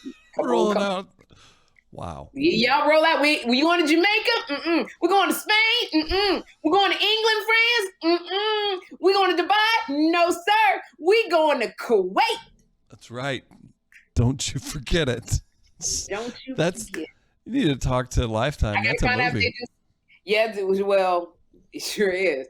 I don't know if we can go skylining or skinny dipping. I'm not sure what they do in Kuwait, but we'll find something to do. Just pay attention to maybe get Kym a Prince. Maybe so. I don't know if Prince will put up with Kym's mouth, but I'm gonna do my part. Hilarity will ensue. Sherri, great job. I'm glad you two made time today. Glad the fans got to check it out. Great show. Maybe we can hit you with the live a little bit later, closer to Christmas. That could be fun. Yeah, we can make that happen. And oh shoot, I meant to tell. Oh my God, wait, hold on. Do you have like 2 minutes? I do. Yeah, all day. Andre's mother came to the show. I wish Kym was here. Andre's mom came to my show. Wait, I have to show you this because absolutely. Hold on. Talk. No, this was incredible. I was told about it behind the scenes, and then last week, whenever Andre and Yamanika filled in, we talked about it just a little bit. It was the best thing ever because Andre's mother was so excited. She updated him as if I said it was like the Domino's pizza tracker. Like she let Andre know she was getting out of the car. She made it to the city. She made it into the thing. She's in the dressing room. She's on the show. Andre was laughing. He was so happy that she made it out there. She was updating Andre every step of the way. And for you to be able to make that happen, Sherri, going back to that, the stuff with Janet Jackson, how important it is that you've made it to the level you have. How wonderful is it to be able to give people like Andre's mother an experience like this? And Andre's mom was there for, I think, the Janet Jackson show.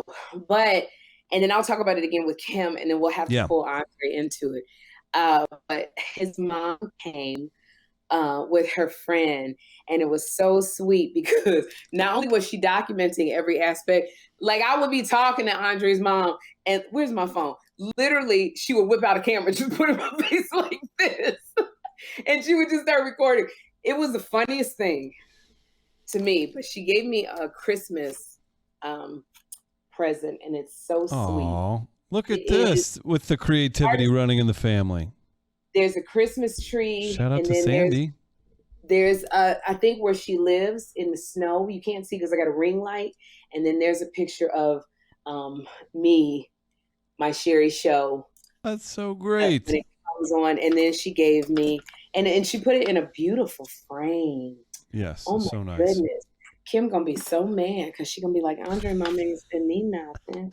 And then she also gave me this. Aww. And it's all of these pictures of me, and then the Christmas tree in the middle. And then down here is Andre's mama. In the middle, Andre. Hello, Andre. As if I could forget Andre Lavelle. No. Who, so this is from Andre's mother. This is from Sandy, and it's really, really sweet. And I'm gonna put this in a frame, and I'm gonna put it in my dressing room. And she was so sweet, and so we gave away. It was a very Sherri Christmas, so we gave her really great gifts. We gave away a air purifier. Oh, wow. Most of this is gift cards, so we give away gift cards so that people don't have to lug all that stuff. But some stuff we can't do gift cards. We gave away a mattress. We gave away a Cuisinart air fryer. So when I tell you, Chris, this daggone thing looked like this. This is what this thing looked like. And it was heavier. You can't stick that under their chair. No, not at all. It was that'd be very uncomfortable. Air purifier. And it was bulky, and they had to take that thing home. Sandy and his mother, it was two of them. And I said, how y'all gonna get it home? And Andre's mama looks like, I don't know how we gonna get this home, but I want my gift. It's coming. She was like, and it was raining outside. Yeah. You should see people lugging this daggone air purifier. But we shipped it to her so they would get it at their house. So that was great. It was sweet. And she got to see the Janet Jackson reveal. So it was, that's having this kind of platform is why I live. It gives me joy to be able to do these things for people. So if your mama want to come to the show, she's got VIP status. Joni already has VIP status. If she wants to come to the show. You may have a pal coming up to visit New York. There's a movie for you. Joni Lost in New York. That would be Joni great. Lost in New York. So tell me who her favorite people are, because if we ever have them on. Oh, that'd be interesting. Yeah. Figure out, if it's one of those people like she just likes. 'Cause we have legends, like we had Danny DeVito, we had John Lithgow, we had Dionne Warwick, Marla Gibbs. So we have just a plethora of people. I'm trying to get Sly Stallone on the show for next year. So we're booked till February. That's booked till February. That's a good feeling, though, being ahead of it like that. I'm trying to get Taylor Swift and I'm trying to get Sly Stallone on the show before Tulsa King. I believe in you. I think you can do it. No, I thought about you all last night. I was giving Kym some trouble last night because she just texted back real short. I didn't know if she knew him. Let me look up. Okay, so there was a comic who came home to St. Louis last night. His name's Tahir Moore. Do you know Tahir? He tours with Tony Baker and Kev on stage. Okay. And he's in commercials with them and all that good stuff. But it was Tahir and I think a guy named Patrick Cloud, who's like pretty big online, and then a comedian, Corey is her name. She might tour. What's her name? Corey Bell. They did a live podcast, but it reminded me of just like how great it is because they just came home. They've had some success. They're trying out like a live podcast. Like you've done, like we did at the Laugh Factory, anything. They just did a live podcast format. But it was all their family and friends, and I went because somebody I know works with them, and I was like, yeah, I'll go check it out. But what a great feeling to be able to provide entertainment and then surround that with a party. And I know that's been your life the last 30 years, but does it ever get tiring? Because you keep doing it. And I love that, and I hope that spark never fades for people. No, it's fun. It's hard getting our schedules together. You talking about the podcast? No, I'm talking about in general, being able to throw events where family, friends, people you care about can come enjoy it, and your success is the reason for that. Like you're able to bring people's parents to your talk show, and it's a big deal. It's just great. That makes me really happy. I mean, it's just like because they should be able to share in that, and Andre should be able to call and say, "My mom is coming out. Can you put her on the VIP list?" It's just there's things that you want to do for your parents, and there's things that I want to do for friends and family. So I'm always, I'm going, if you ever want to, this is like, I think my show is like a destination if you bring somebody to New York. If you know me, that's, because most people, they love that and they've never been and had an experience like that. So if I can provide it, that makes me happy. Like if your mom came, your parents came, I literally they would be in my dressing room with me. They would go, Chris, she gets naked a lot, doesn't she? Yeah, that's the VIP. I'm changing in front of you. That's right. So, and you don't even have, it's the New York Peep Show has changed for the better. Talk show hosts do it now. That's right. Sherri, you got a busy day. I'll let you get out of here. Thanks for hanging out and giving the fans all your love all year. Yeah, and we've got one more show before the new year. I know, but you're going home with your family, right? You got a new niece. I do have a new niece, but she resides in Southern California. So, yeah, my brother. Check on her. That's if you want something done, you tell Kym. Kym will drive 3 hours to go check on your niece, and you know that's to be true. Yeah. So yes, Lillian, it's her first Christmas. It's a big deal. But I'm going out there in February, and I just talked to a club in Los Angeles, and I'm just, hey, while I'm there, I'm going to put together a killer showcase to make sure our girl gets some stage time. That's right. So yeah, I'll get to visit my niece in February, and then Christmas is like an hour away. So as long as everybody's healthy and not sick, I'll be with my parents for Christmas. So excited about that. But yeah, hope everybody else out there has a happy holiday season and everything else. That's right. So we'll see you right before Christmas. Until then. Right before Christmas this week. And then we've got one more before New Year's. Before the New Year's. That's so right. until then, everybody, have a great day. Bye, everybody. Made me some All stuff. You said you would. Don't make me mad. Don't. You're gonna be mad because Sandy. No, I'm not gonna be mad. I said. Okay, go ahead. Go ahead. So Andre's mother, Sandy, came to the Sherri show. Andre texted me. He said Sandy and her friend got tickets and they want to come to the show. So of course, Andre rules in my life. They got VIP seats.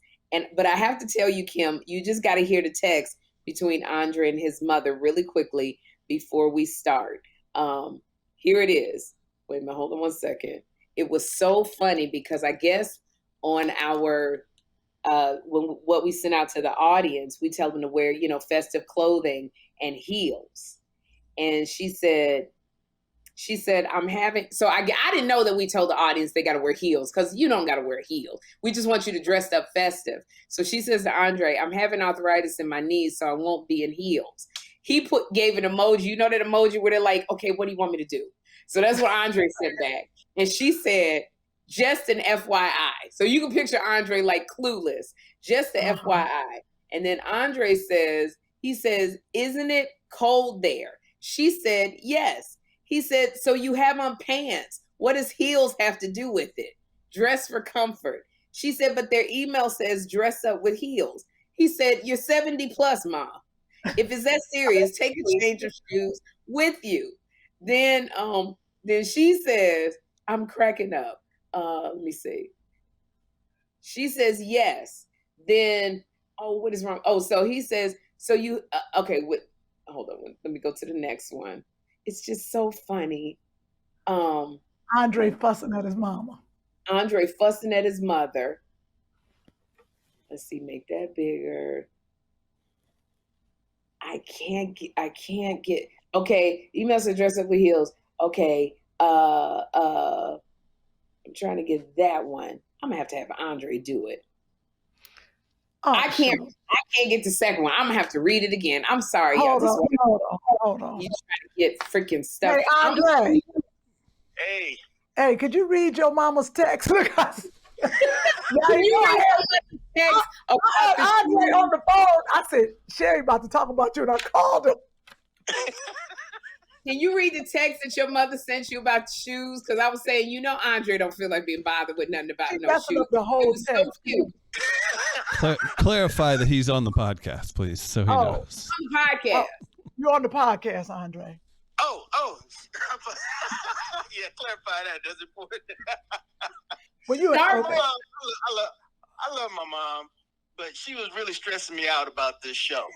She called me from the moment she got in the Uber, got to the hotel.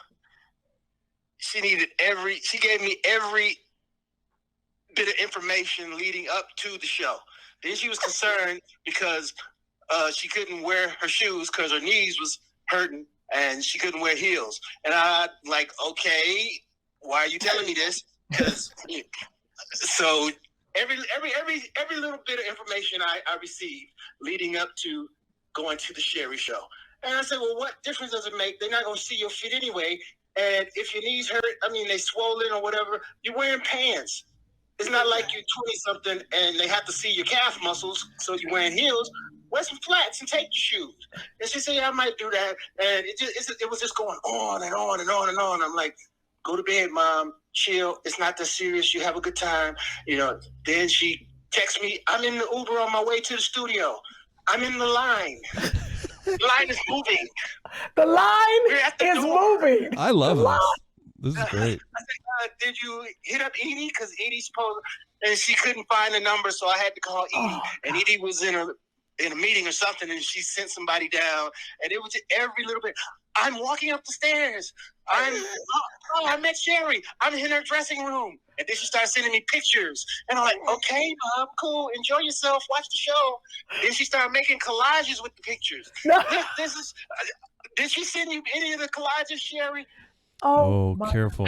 This is going to get rough. I got the collages. Oh. I was like, I hope Sherri don't give her number because she's going to bombard her with scriptures and collage photos. Scriptures and collage photos. I love my mom. She's a little your kid. mother, Get excited. she was such a joy because she was on the Janet Jackson surprise. Oh, what? Oh. Yeah, his mom was at that show. Did she tell you she saw Janet? Yeah, she said she saw Janet, and I watched the show too, and she got some camera time, and I'm like, okay, mama, and she won the little air thing and the mattress, and I'm like, how you gonna get that home? That's the first thing that came to my mind. I'm like, how you gonna get that stuff to the house? So what stuff, Sherri? We gave away, okay, because I'm gonna show, Andre can't see it, but this is my fan. This is a fan right here. You see how tall it is. We gave away a purifier that was twice the size and as tall, and it was not a coupon. You had to take that box with you. And we gave away a mattress that was like $900. Most of the stuff we try and give vouchers, but there's some stuff you just have to take with you, and the air purifier was one. 2 big tall boxes that people were lugging in the rain. And when I told Andre's mom, I said, yeah, you guys got to take that with you. Her and her friend looked at me like, bitch, what do you think we're going to take this? What? We told you we was coming from out of town. We got to drive. So I looked at Sandy and I was like, but we can ship it to you. And Sandy looked at me like, yeah, that's exactly what you going to do. And I said, but you don't have to take the purifier with you. Like, you could donate it. She was like, oh no, we want the purifier. She ain't giving away nothing free. She ain't gonna give it away now. She gonna take it, and it'll be in the corner with the rest of the stuff that I send her that she never uses. But she'll have it. It was not leaving without their purifier. So we sent Edie is shipping it to her and her friend. But Kym, I said, okay, go ahead, finish. You do not get a purifier, Kym. Friends of the show who appear on the show don't get the gifts. Why? When I was doing the show before, any talk show I do, Steve Harvey, Sherri, I can go down a list of them. If they got gifts, because Monica on the Steve Harvey show, Monica made sure I have a coffee maker in there right now they gave to the audience, and I do a little winkety wink, and I was like, that means stack up my stuff. I did not know that. You did not let me know that beforehand, that there had been a precedent set with you in talk show gifts. I did, however, snag some things for Joshua. Oh, okay, my bad. He don't deserve it. I did not get anything for Andre because his mama got the gifts.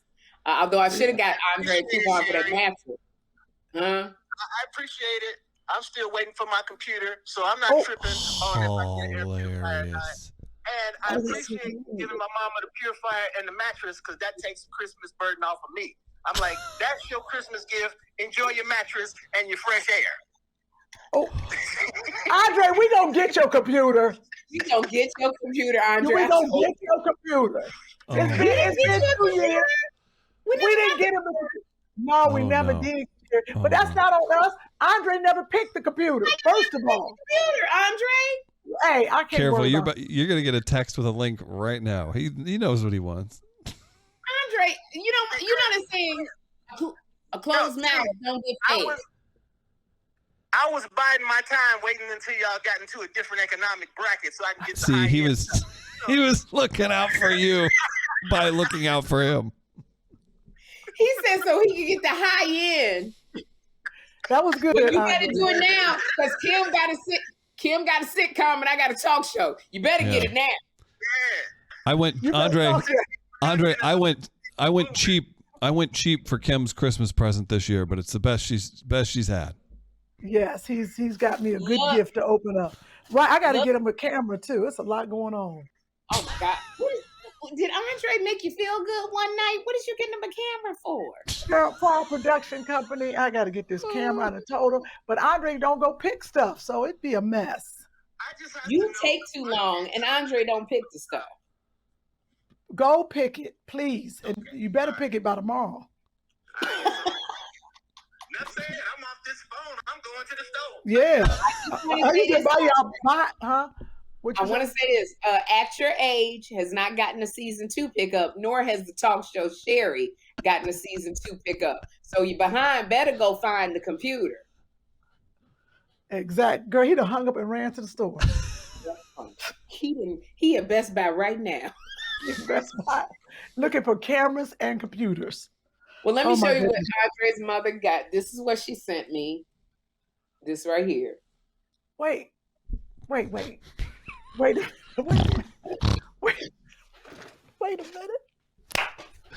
Wait a minute. We sat She here. made that? Yes. Yes. And it's all pictures of me, but they're right at the bottom. There's Sandy. Right over here, there's some of Andre's eye. Stop, please stop it. I can't take it. And right here, is Andre and his mom. That's so great. That's And the Andre. Christmas tree in the circle in the middle. Yes. And here is another. This is framed. This is a framed picture. It's Sandy's house. Wait, no, that's a Christmas tree. And then that's Sandy's house. And then that is when I go, we're going to have a feel good time. And it's framed. So great. Oh, You know, she did not send you one because you have to invite her on the set of Act Your Age. I cannot wait to see where you put that in your house. No, it's going to my dressing room. Oh, okay, in the dressing room. I cannot On my wait. dressing room. So I have it. What? Wow, I got to send this to Andre immediately. That is what I got from Andre's mother and her friend. And Kym, Andre's mother's friend, looked at me in my eyes. She said, "We listen to you every week." And I said, "I can no longer talk about Andre. Every week we listen to you." She letting us know. She listening now. Mm-hmm. And that's how she said it to me. Every week we listen to you. That's And I said, "All right." I like this little headband you got on too. You know, because if I take the headband off, it look crazy. I look like Albert Einstein. It don't look right. Because it's when you go natural, I'm trying to grow it out and I'm trying to like get it thick and you know, I hope it because I want to put it back in a ponytail. So I gotta go. You can give me some of these for Christmas. I need headbands. Sherri, Okay, yes. They are Sherri, so we're cute. having a race. I might have longer hair than you right now. Oh yeah, you do. Oh, I don't have that's it. right. You're short. It's just I short. love the headbands. Yeah, so I do need some headbands for Christmas, like some pretty headbands like this. Like this is like gold, like sequins and stuff, like pretty headbands. Look, Pretty, they gotta be pretty because that is cute. are we going on Tom Joyner's cruise? You we do know we're still discuss recording, that. right? Oh, Yeah. well, keep recording. Are we going on Tom But Joyner's cruise? no, Tom Joyner's cruise is the Fantastic Voyage. This the last voyage, I This is believe. last voyage. What is the date on that? How are we gonna do that? And we got to make sure it's not in the way of our tour. I know. Well, the tour's gonna happen. first. Yeah, because we've already gotten the dates in for our tour. I think you told them your specifications. I got to get on there and tell them mine. So I'm gonna do that today. Yeah. But yeah, I would like to go. Is it around April or June? Fantastic Voyage 2023. A bunch of it sold out. Hang on. Sorry, I've got the This pricing one pulled time up. Tom didn't call us. He was in Dubai. Most of He this kept is checking sold me. out. I talked to him. Did He said they so rich over there. He said they rich on top of rich on top of rich. He said it's the first time he ever felt poor. that's funny. You know, he asked us to go with him. He did. He did. I would have been right there. Notice Tom be like, "I'm going to Dubai tomorrow at 12. You want to come?" Like, Ladies, it is Yeah. May 20th through the 27th. Dang, oh, I think okay. I'm working. I think you'll be on tour. Yeah, I don't No. think- I gotta go on the cruise. It's the last one. Well, me too, but I don't got think TV on there. May, got what? what's the date? May what? May We gotta 20 go through. for Damn. what was it, Chris? May 20th May through the 20th. 27th. I gotta find out if I'm not working, I'll go. Cause it's the last one. But Tom be like, "Can you and Kym want to go? Well, when you leaving? Tomorrow at 12. Tomorrow at 12. And you have your passport and blah. And I'm like, Tom, like we ain't arranging with our jobs. I can't get a fill in this late. Kym I gotta working. get my babysitter. Yeah, it's a mess. I'll be like, see, that's why when you're a rich jet setter like Tom is, you used to just dropping everything and jumping on a private plane and flying. He dealing with 2 single mamas. I'm like, we can't Yeah, just leave not two funny mamas, 2 single mamas. 2 single mamas. I really wanted to go to Dubai. I've never been. I wanted to go We should go together and to Dubai. You gonna get us arrested. Joshua, he gonna I'm gonna wear the stuff you wear to cover up. But it's gonna be that Joshua, because you're gonna be walking, he gonna pull it off your head. Then we're gonna get arrested.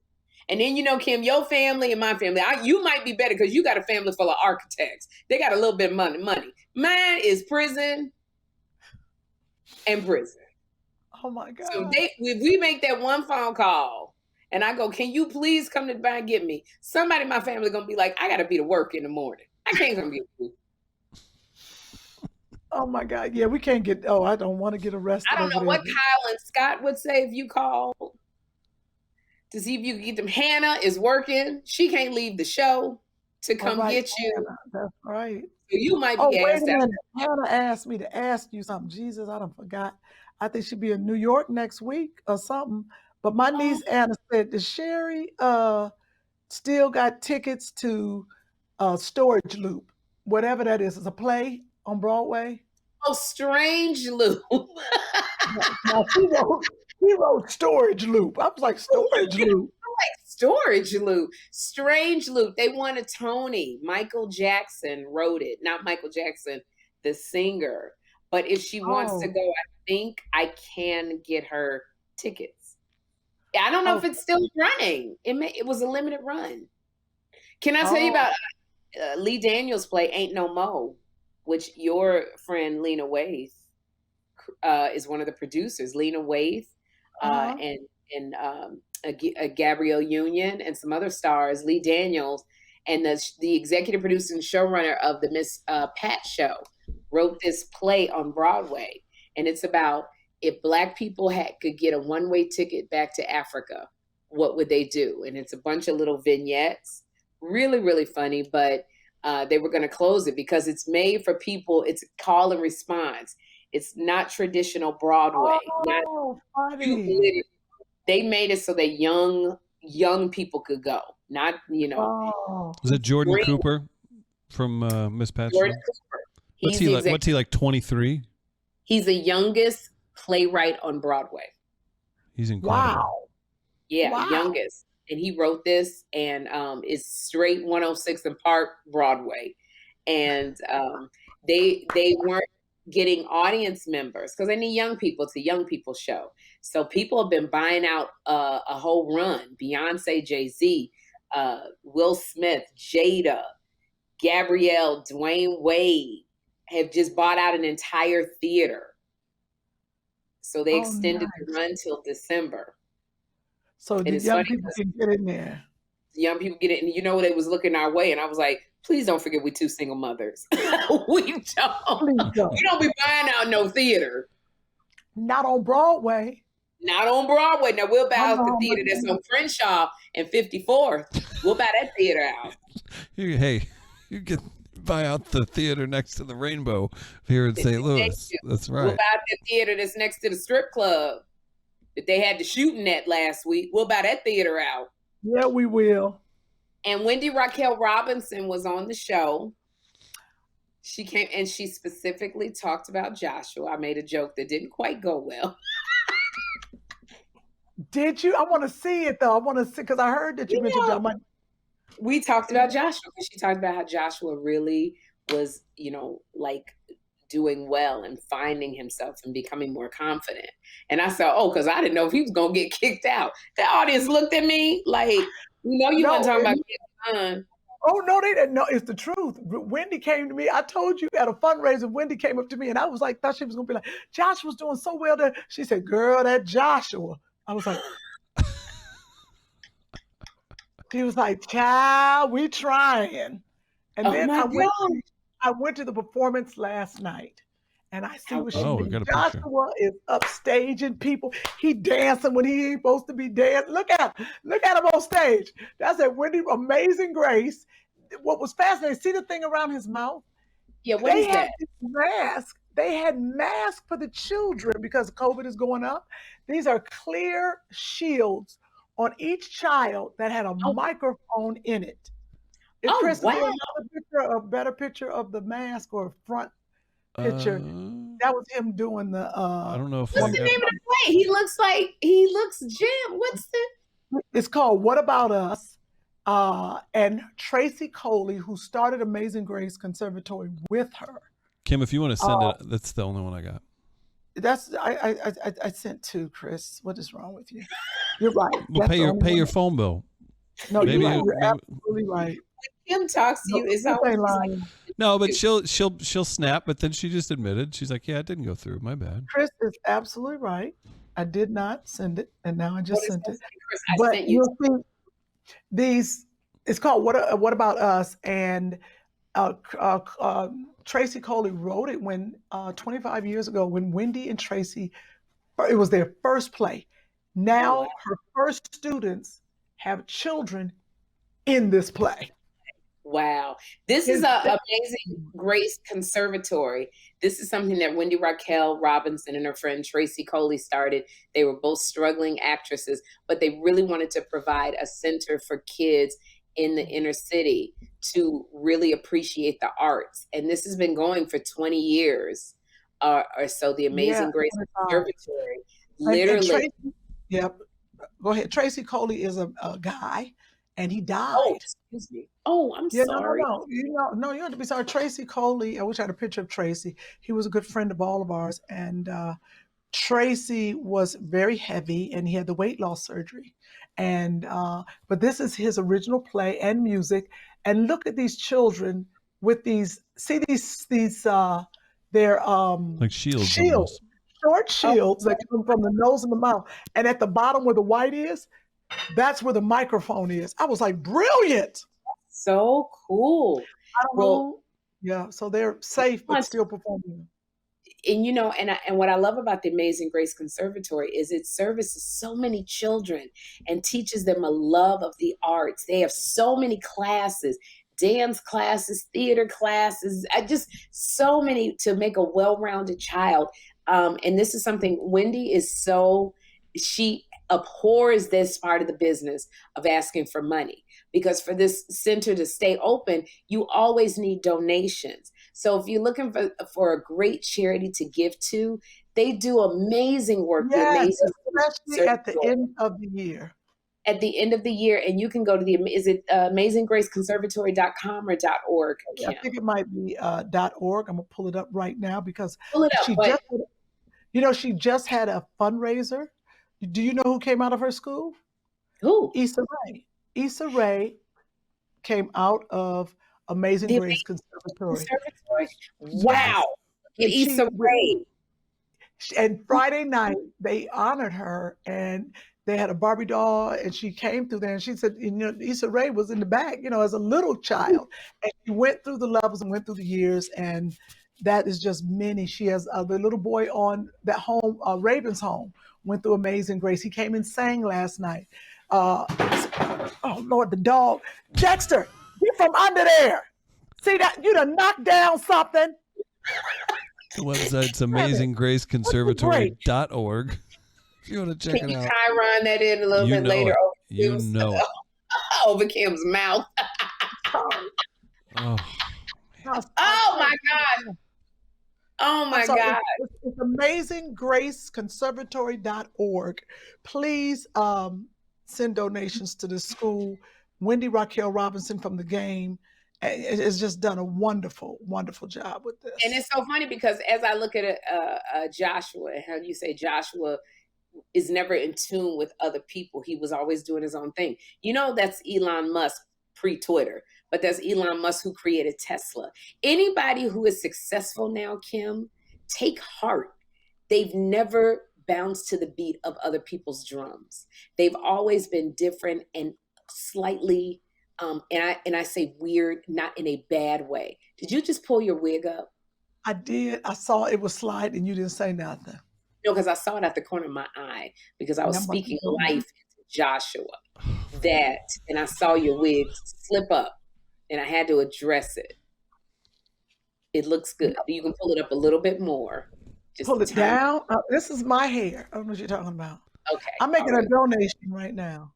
I'm going to make a donation as well to Amazing Grace Conservatory. I love it. But just and you push the speak donate button. Come on. to Joshua, Joshua has always done things differently.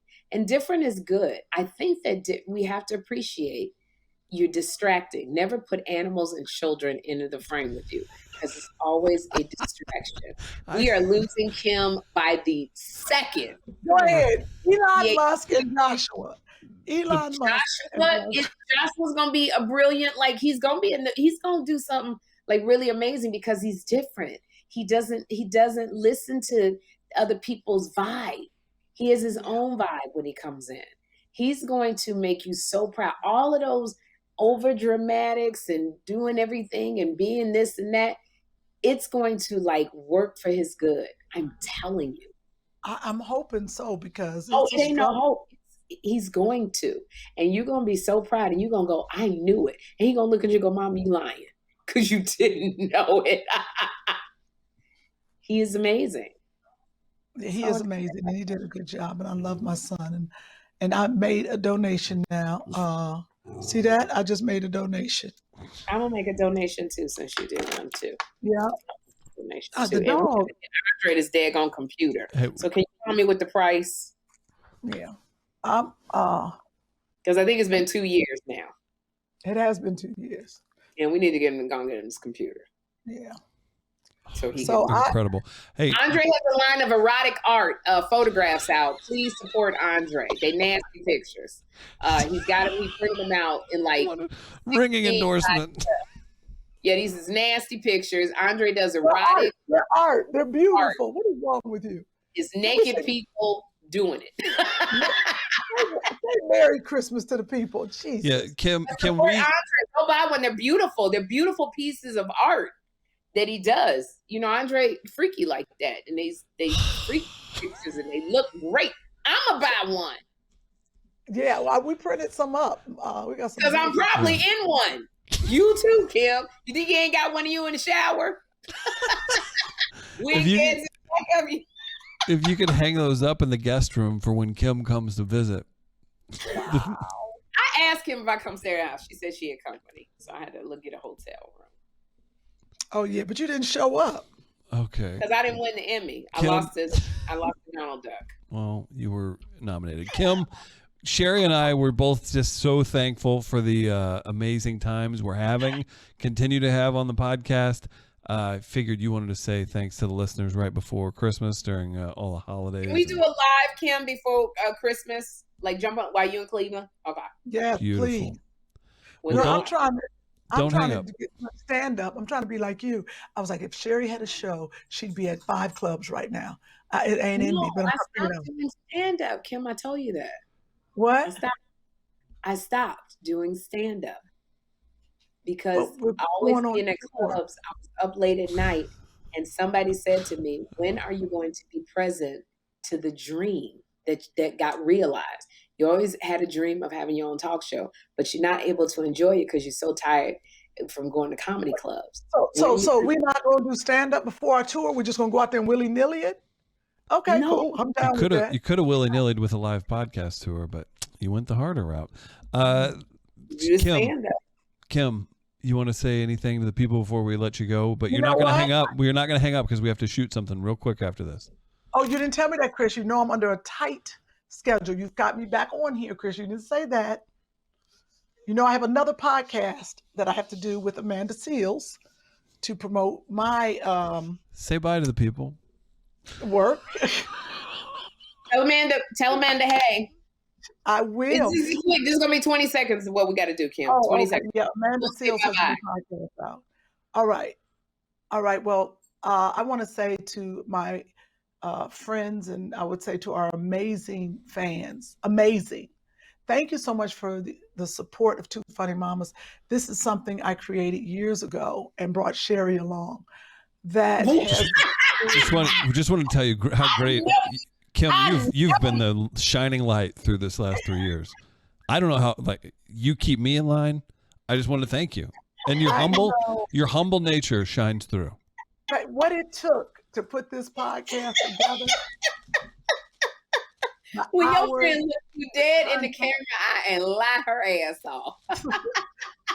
I just want to say it was a dream.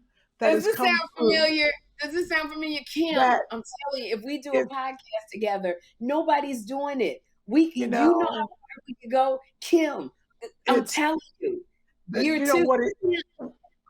what it took to get Sherri aboard is what she's referring to. Edie calling me because she even know you're lying. If you'll put me back up on the screen, it's calling me. Edie calling me because Edie know you lying. I just want to say Kym, thank you to our amazing fans for another great. Can you say good night? We'll lose you, and we got to do the same for Chris. Yeah, we're gonna be back on before Christmas. We're alive. And Chris, thank you for rolling with us, and I love that you're my gift. Happy holidays, Merry Christmas, everybody. Two funny mamas.